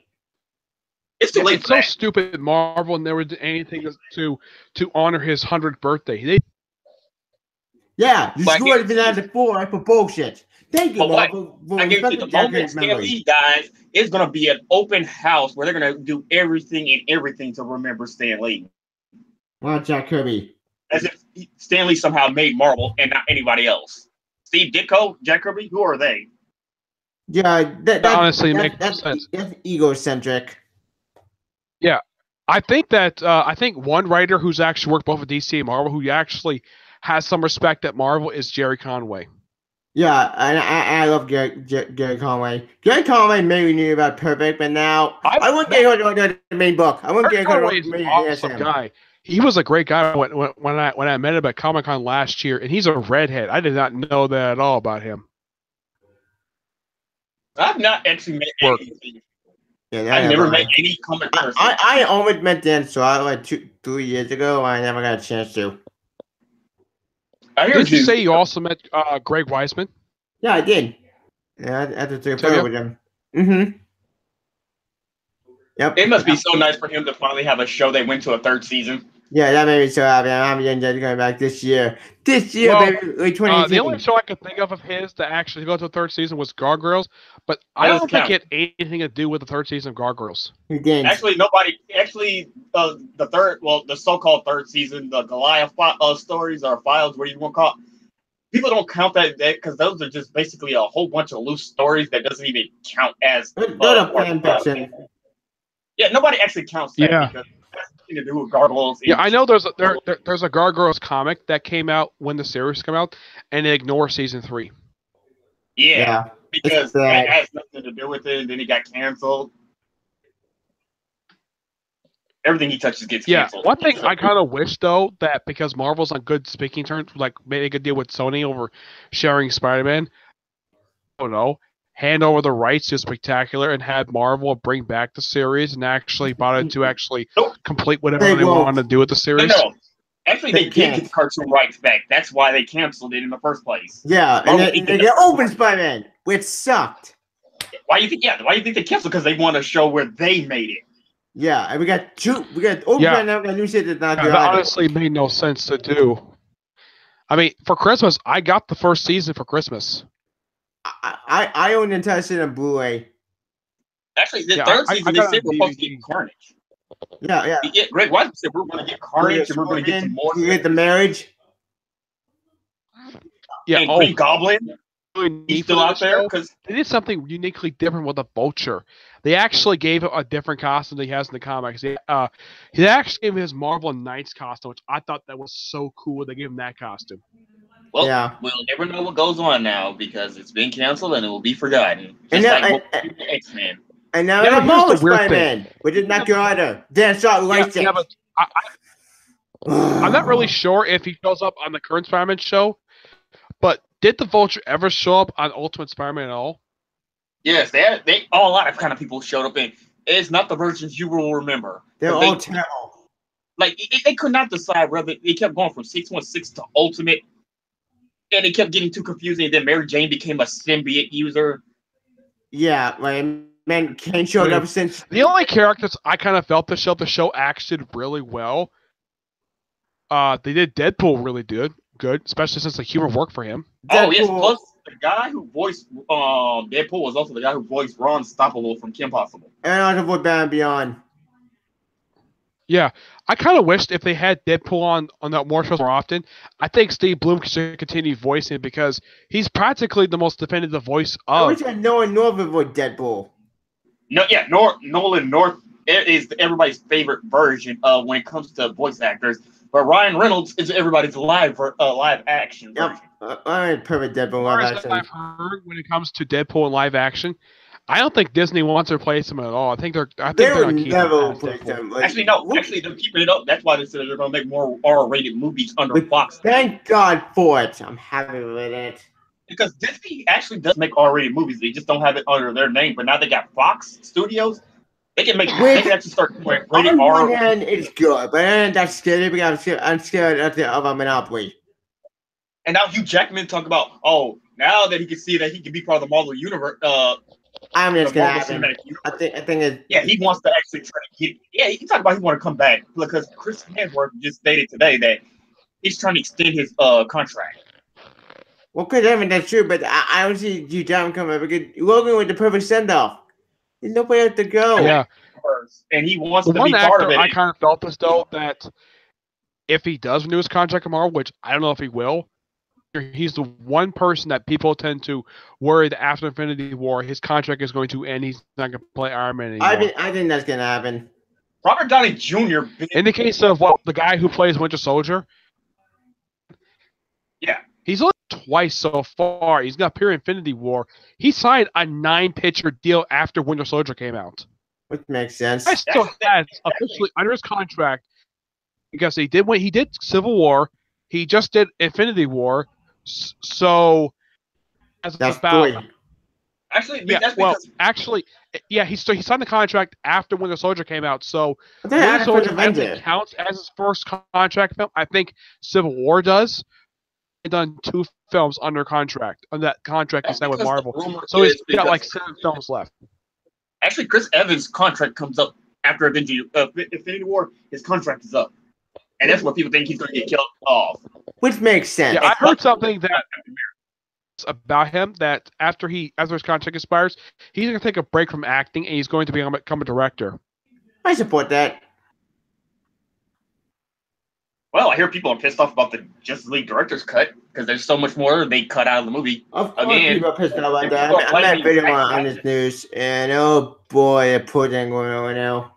Yeah, because apparently there's a lot of people blaming Zack Snyder or they blaming Joss Whedon because the movie sucked. I don't blame Zack Snyder. I blame One was the one to screw with I didn't see the movie in theaters. I saw a link. Edgar gave me a link to it, to a site that actually has it. I actually liked the film. The only good scene I saw there was Superman and the Flash when the Flash saw that Superman could actually see and kind of keep up with him. I saw it in theaters, and it was okay movie. Probably one of the best scenes in the film was the post-credit scene with Lex and Deathstroke. Like, I didn't know that even was going to be Deathstroke, and then he takes out. Yeah, that's like sweet cheese. The problem is, it's like the action comic in the movie. The problem is what's going on with Ben Affleck because if he starts being Batman, you gotta redo Batman again. Or do Flashpoint. I don't know what's going on with him because he was one of the reasons why that Justice League didn't do too well. What? Because the whole confusion, like I blame, like there was so much confusion around Justice League, like so much media attention, like the change directors, the reshoots, and Ben Affleck's, oh, I'm gonna be Batman. I'm not gonna be Batman. I'm gonna be Batman. It's a clusterfuck. I'm not gonna be No, Batman. at first it was a change of effects because he was going to make his own Batman movie where he was the writer and director.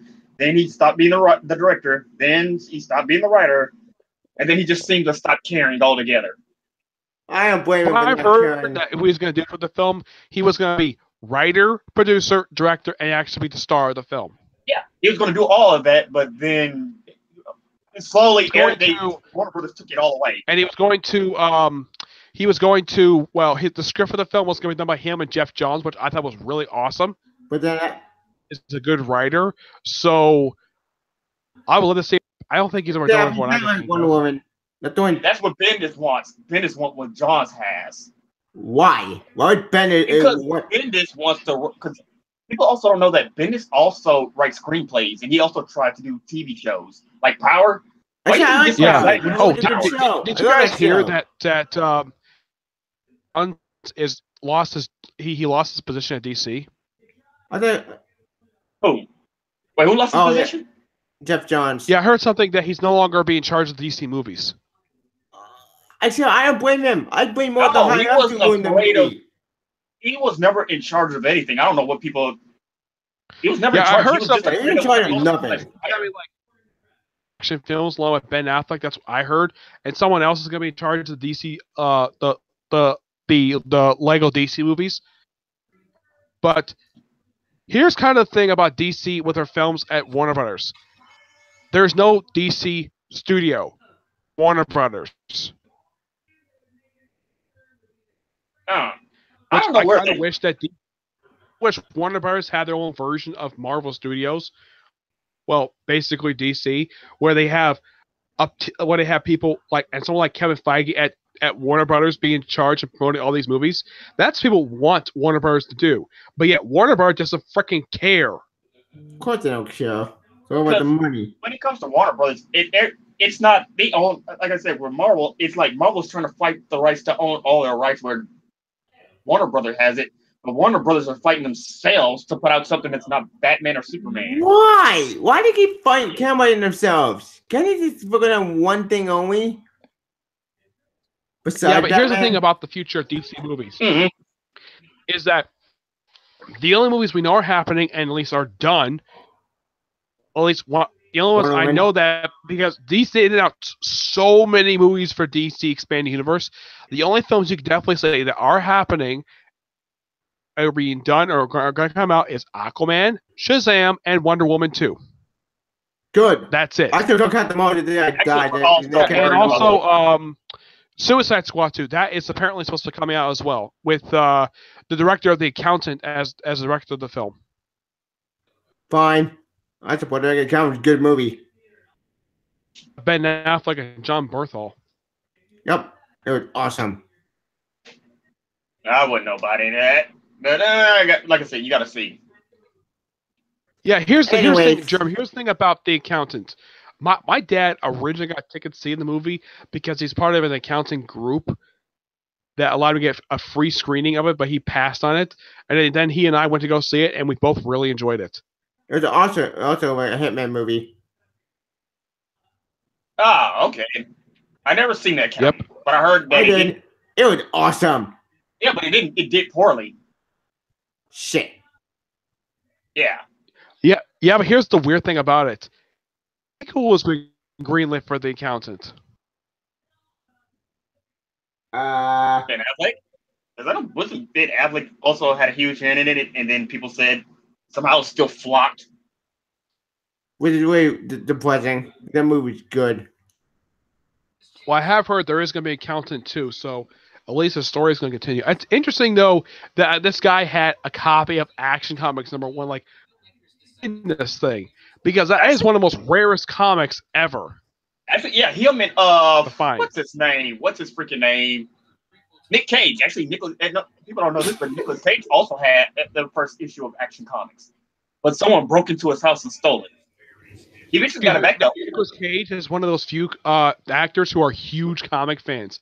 Like when he when he cast to play the Ghost Rider, he made Ghost Rider as one of his favorite characters. Yeah, Nicolas Cage. How did he do so poorly on the movie? They both suck. No, exactly what happened. But one thing I thought was really cool is that he actually brought his own clothes when he actually when he was. He literally learned to teach himself to ride those kind of bikes. To write a movie, they both sucked. Yeah, but here's the weird thing about that bike: the handlebars were like above his head. That bike was he got one of them old school biker, the American Hogs. That's old school. Yeah.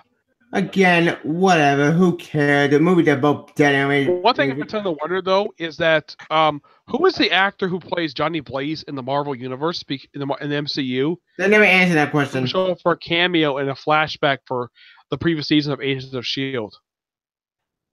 Oh, you mean talking about the new Ghost Rider?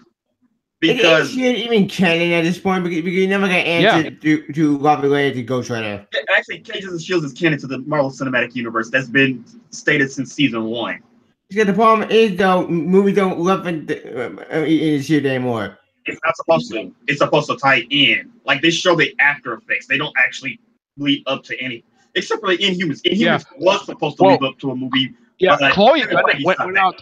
She actually spoke out on this. Is that says basically we take time to reference the films. The film should do the same thing by at least referencing something like, that Coulson's alive or something. Yeah, because like in the Agents of S.H.I.E.L.D., they also acknowledge the fact that Luke Cage, Iron Fist, and Spider-Man exist. I blame Perma. Perma wanted to destroy the MCU. Yep. Scrap that. That came out wrong. My man Perma destroyed the TV shows. If you want to blame somebody for the quality of the TV shows for television, it's probably Jeff Loeb. And Perlmutter. Well, Jeff Loeb gets in with his little buddy because he got his little buddy deals. Jeff Loeb needs to go away because he destroyed. The guy, he destroyed Marvel Animation. Sucks at television because take a look at the shows he put out. I mean, with the exception of Netflix shows, those are good. Yeah, but in the case of all of them, the one that had the worst head, the worst showrunner is, of course, he's also the same showrunner of Inhumans. Scott Buck. His last name.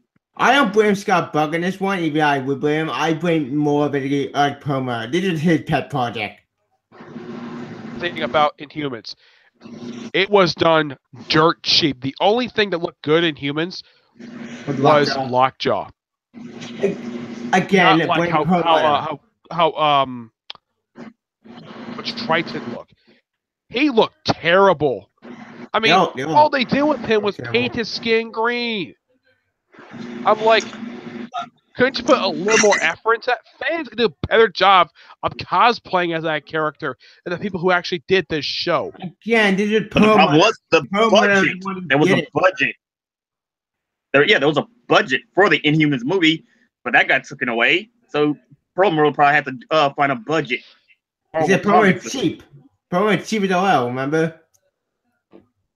He probably had to pay for that one out of pocket or something. That's probably why he did. That's why it came out. Between that and Agents of S.H.I.E.L.D. Agents of S.H.I.E.L.D. actually has increased its budget, and the quality of the show has gotten better. It's just that the problem is some of the writing is kind of weak for Agents of S.H.I.E.L.D. It's kind of boring. And they went to Disney doesn't get involved. Disney seriously needs to get involved to get the shows back up running smoothly again. Yeah, because I believe it was season 3. I think it was. They're going to bring out the Secret Warriors. That went nowhere. Brought in 4 people. They only introduced 3 people. They brought in Lincoln, who got killed off the end of the season. Actually, got killed in the fall. He got killed in the. I think he got introduced in season 2, and he got killed in the following season. The X-Men they brought in Yo-Yo. Yo-Yo was an interesting character. I like Yo-Yo. I like the fact also she's a regular character on the show now. And of course that who can melt stuff. You're not going to bring in the son of Ares or any. Well, they did bring in JT, but he never became part of the Secret Warriors. You're not gonna bring in any other characters who was part of the Secret Warriors comic book.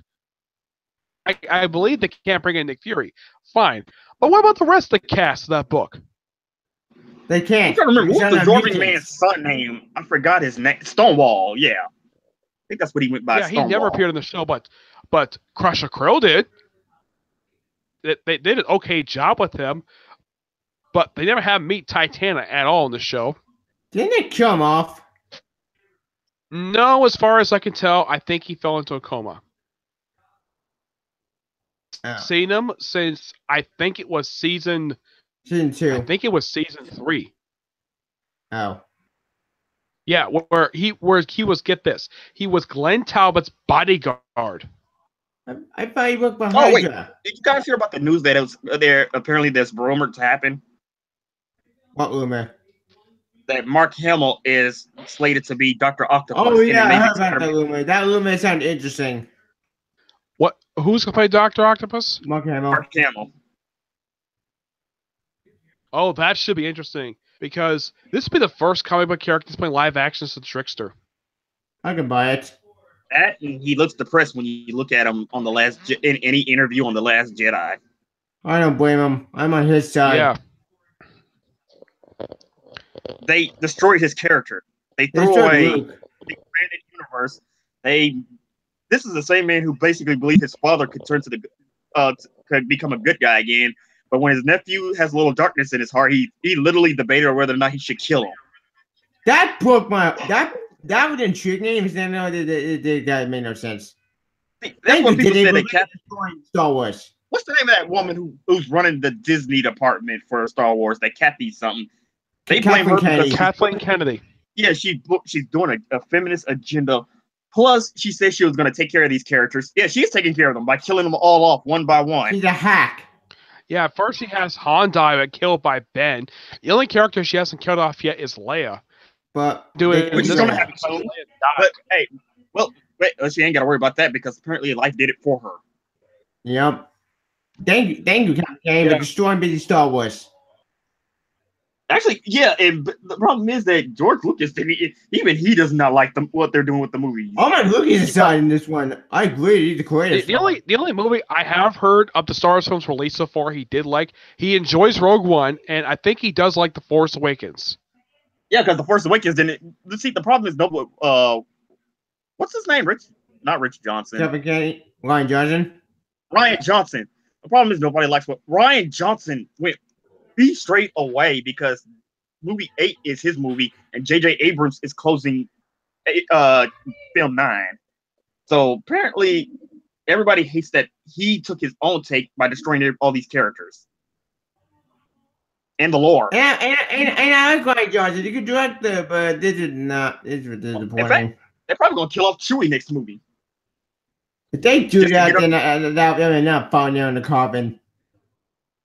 Stop caring if they don't care. It's gonna piss me off. What's her name? That freaking Asian chick who I do not like. I don't really care for her name. She Rose? screwed up Finn. In fact, everybody thought Finn was gonna die in that movie because he looked like he was ready to die an actual noble death. Yeah, that definitely would make sense because he killed Captain Phasma. Captain Phasma, I'm glad she's dead. How is it that the woman from Game of Thrones, one of the lead women from Game of Thrones, is in Star Wars, and she has done absolute jack shit? You always love a scum, and he dies. That made me laugh. This Dominic Some people, Gleason, the guy who plays General Hux. some people think Captain Phasma may come out the film with me. I go bullshit. One, she cares No, about a fire explosion. no, she survived the trash compactor. Yeah. and then- Yeah, so I would not be surprised. And here's something really interesting when I read the Phasma novel. She has the same hair color as the actress who portrays her. I'm not surprised about that. Also, here's another thing: Snoke. We're not going to learn about Snoke until movie 9, and that's only in the second half of the movie where we But finally he's know his dead. origin and backstory. What's the point? At least say, Yeah. what's the point of his character if he doesn't do anything? He just did it for the mystery box. Let's just kill him off. Which everybody Yeah. said, basically, this new trilogy is just basically the old trilogy. It's just a retelling of the new with these millennial kids instead. Yeah, which is a horrible idea. We told him when he did his plan. Here's the thing. Some people didn't like the fact that J.J. was signed on to do directing of the third film of the episode 9. I kind of agree. He didn't bring anything new to the series. Characters, an interesting story, and also the fact we actually had, an actual fight in the snow. We never had that. We never had a lightsaber fight in the snow before. Here's what he screwed up. He should have never let Ryan Johnson. He should have never let Ryan Johnson take care of what's her name's story. He should have Rey. He should have never let him handle Rey's origin story. Because clearly he has no idea what he wanted. I said no one knew what he wanted the story. No, they didn't even want to make it together. And now we know her. I actually like the fact that her parents are a bunch of nobodies, but there was a whole bunch of interesting theories that could have happened that won't happen. Some people trying to shoot the dog. Yeah, but here's the thing. In the case of thing you can kind of praise the film for, they did not explain at all during his time as a stormtrooper, or at least where the heck he came from. The film never revealed that at all. And they still never revealed it. Why for Snoke? Because Snoke is kind of implied he's from outside the galaxy.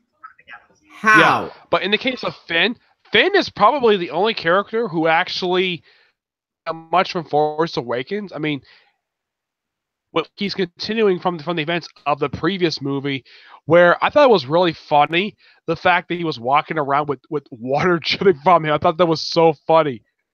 Yep. Well, he just the other thing is people say that Rey is a Mary Sue because she's overpowered. Yeah. She has little to almost no struggles. And she did beat everybody, even Kylo Ren. I have this belief that she's going to end up going. Her and Kylo are going to switch sides by the next movie. If that happens, then that'll be. But before, I remember from the previous movie, from when before she and Kylo Ren fought,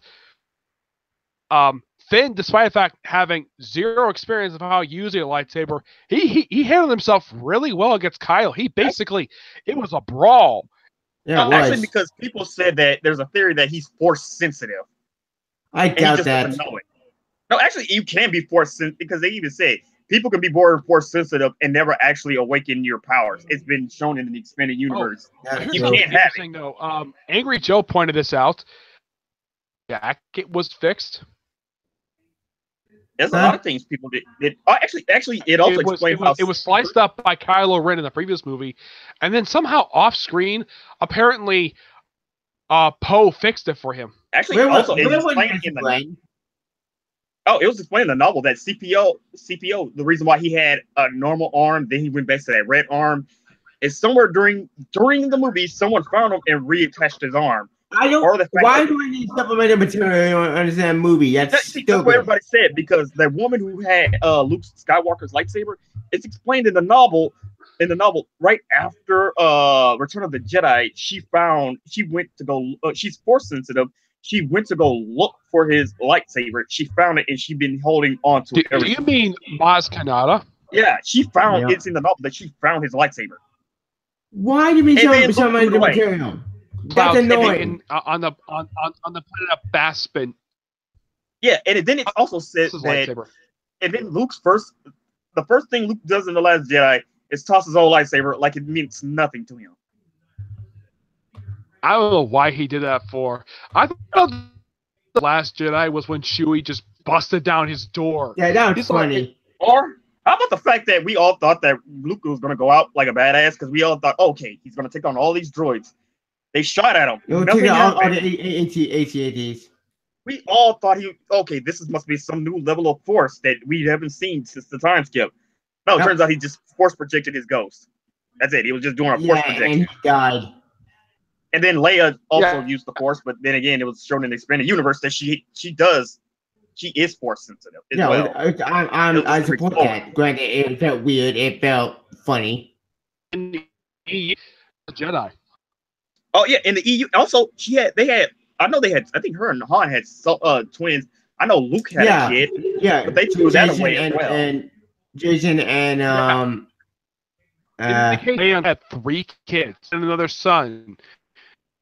Yeah, and it's also the youngest son got killed just order. their older I know in the scenes expanded before Darker's Kylo, comic did Kate Skywalker.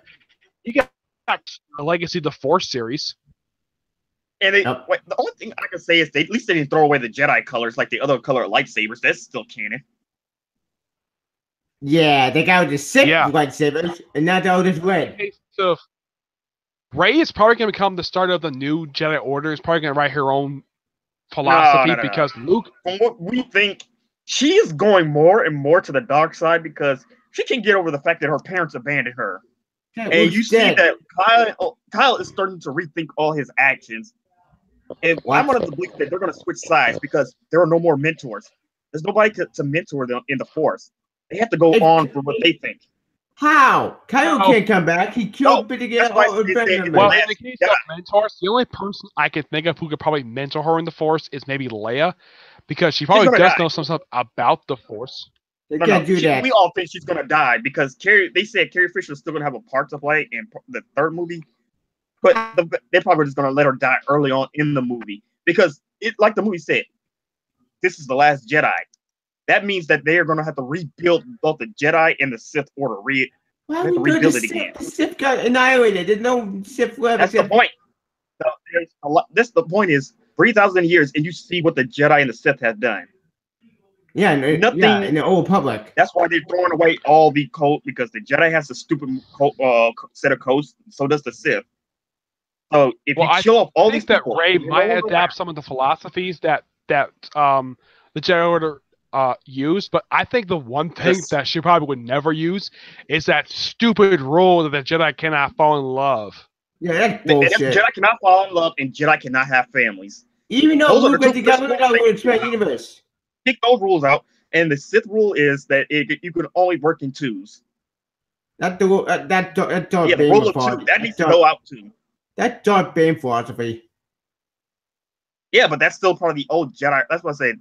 It's a good thing they're all dead so they can make a new order. Yeah, the one thing that kind of bugged me about Last Jedi, and I don't know if anybody bothered to explain this, how in the world can a Force ghost use the Force to destroy a tree? That could be the homie. Actually, that was shown in the comics. There's a lot of things that were shown in the comics that now they call it legends because Disney just pick and choose wherever the hell they want. But here's something interesting, there was a comic that came out just after the movie came out where... Oh, yeah, everybody says that comic was better than The Last Jedi. One shot that came out last month. It explains why the rebellion abandoned that planet.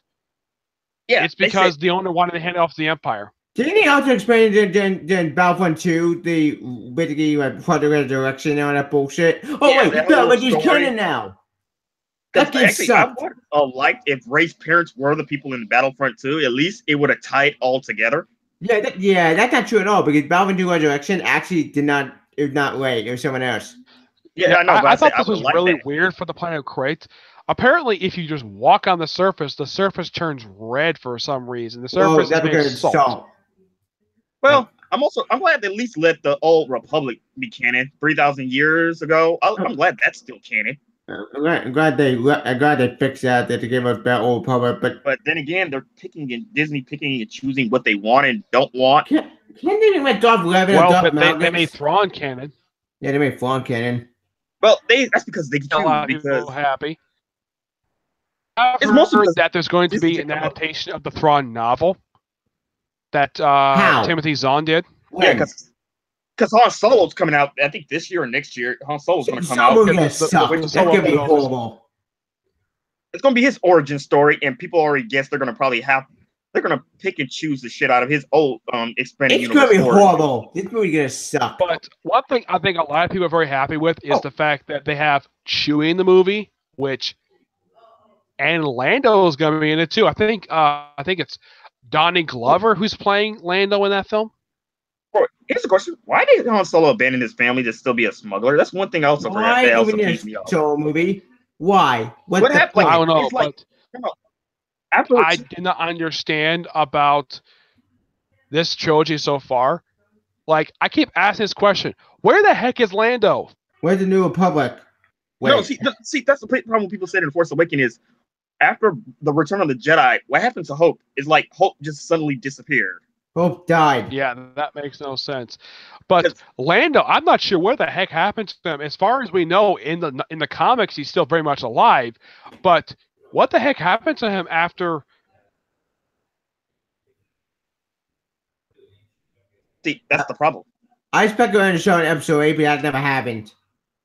Yeah. But people won't, like, as far as I've heard, Billy D. Williams, the actor who plays Lando, he's on good speaking terms with Lucasfilms. So I don't really get why he can't reprise the character in the current trilogy. Lucasfilms, not Disney films. Yeah, and if he comes back, they're just going to kill him off. Lucasfilm is owned by Disney, but yet they brought back the original 3, but yet how can they come back with Lando? That's the problem. Look what happened to the original 3. They're all dead. Bring him back, and they're just going to kill him off too. So what's the point? Kathleen Kennedy might be needed to go away. I have heard something about the actor plays Wedge Antilles. Yeah. Apparently, the actor thinks he's too good for Star Wars, so he just does a British TV show now. At this point, anybody would be glad to do anything but be part of this Star Wars trilogy. Yeah, especially a new one, because they just kill the characters off. Stop killing out my Here's the thing about the actor plays Wedge in the movies. I did not think he was that. In New Hope, he was not interesting. I think he was okay in Return of the Jedi and Empire Strikes Back. Actually, so he didn't really advance that plot that much. In Rogue Squadron, he actually made a lot more interesting. He's a lot more interesting, but in the films, he's not interesting. I mean, the only interesting he did was he blow up the second Death Star with Lando. That was awesome. You could do more in comics than you do in the film. And video game. Oh wait, you can't do video game on. EA destroyed Patrol. Will Ahsoka ever be referenced in the movies, or they're just gonna kill her off somewhere too? Actually, in Rebels, they kind of killed her off with Vader. Sort of. There is a possibility she may have survived. Maybe, without doubt. Actually, I'm still pissed that Star Kill will never be canon. I'm pissed off too because that made me mad because you destroyed. Well, they didn't name the base. They didn't name a whole base after him. Yeah, but he was he was an apprentice of Darth Vader that he had in secret. Yep, secret plans. And that story would have been out of the Great Redemption story. And he created Rebel Alliance. Also, Marvel retold that story. Marvel actually ripped off that story from the expanded universe when Darth Vader had his own apprentice. Yeah, that made me mad. They ripped that off too. Screw you, Marvel. Stop destroying my favorite EU stories. But I actually have to head off, guys. I get ready for tomorrow. I gotta go too. It's only 9 o'clock. Yeah, you can do your outro now. Oh yeah, you follow me on YouTube, you can follow my page on my Twitter, and follow me on Twitch. Thank you for joining for Comic Ground 101. Stay tuned to my next discussion on the same thing we do all the time. Yeah, same thing we do all the time. Like comic, anime, video games, and maybe some movies. And that was Nick Lens. You can catch him on Nick Lens on YouTube, Facebook, and Twitter. And for Comic Fan there too. Yes, Ultimate Comic Fan 1992, and we will see you guys next time. Yeah. Bye.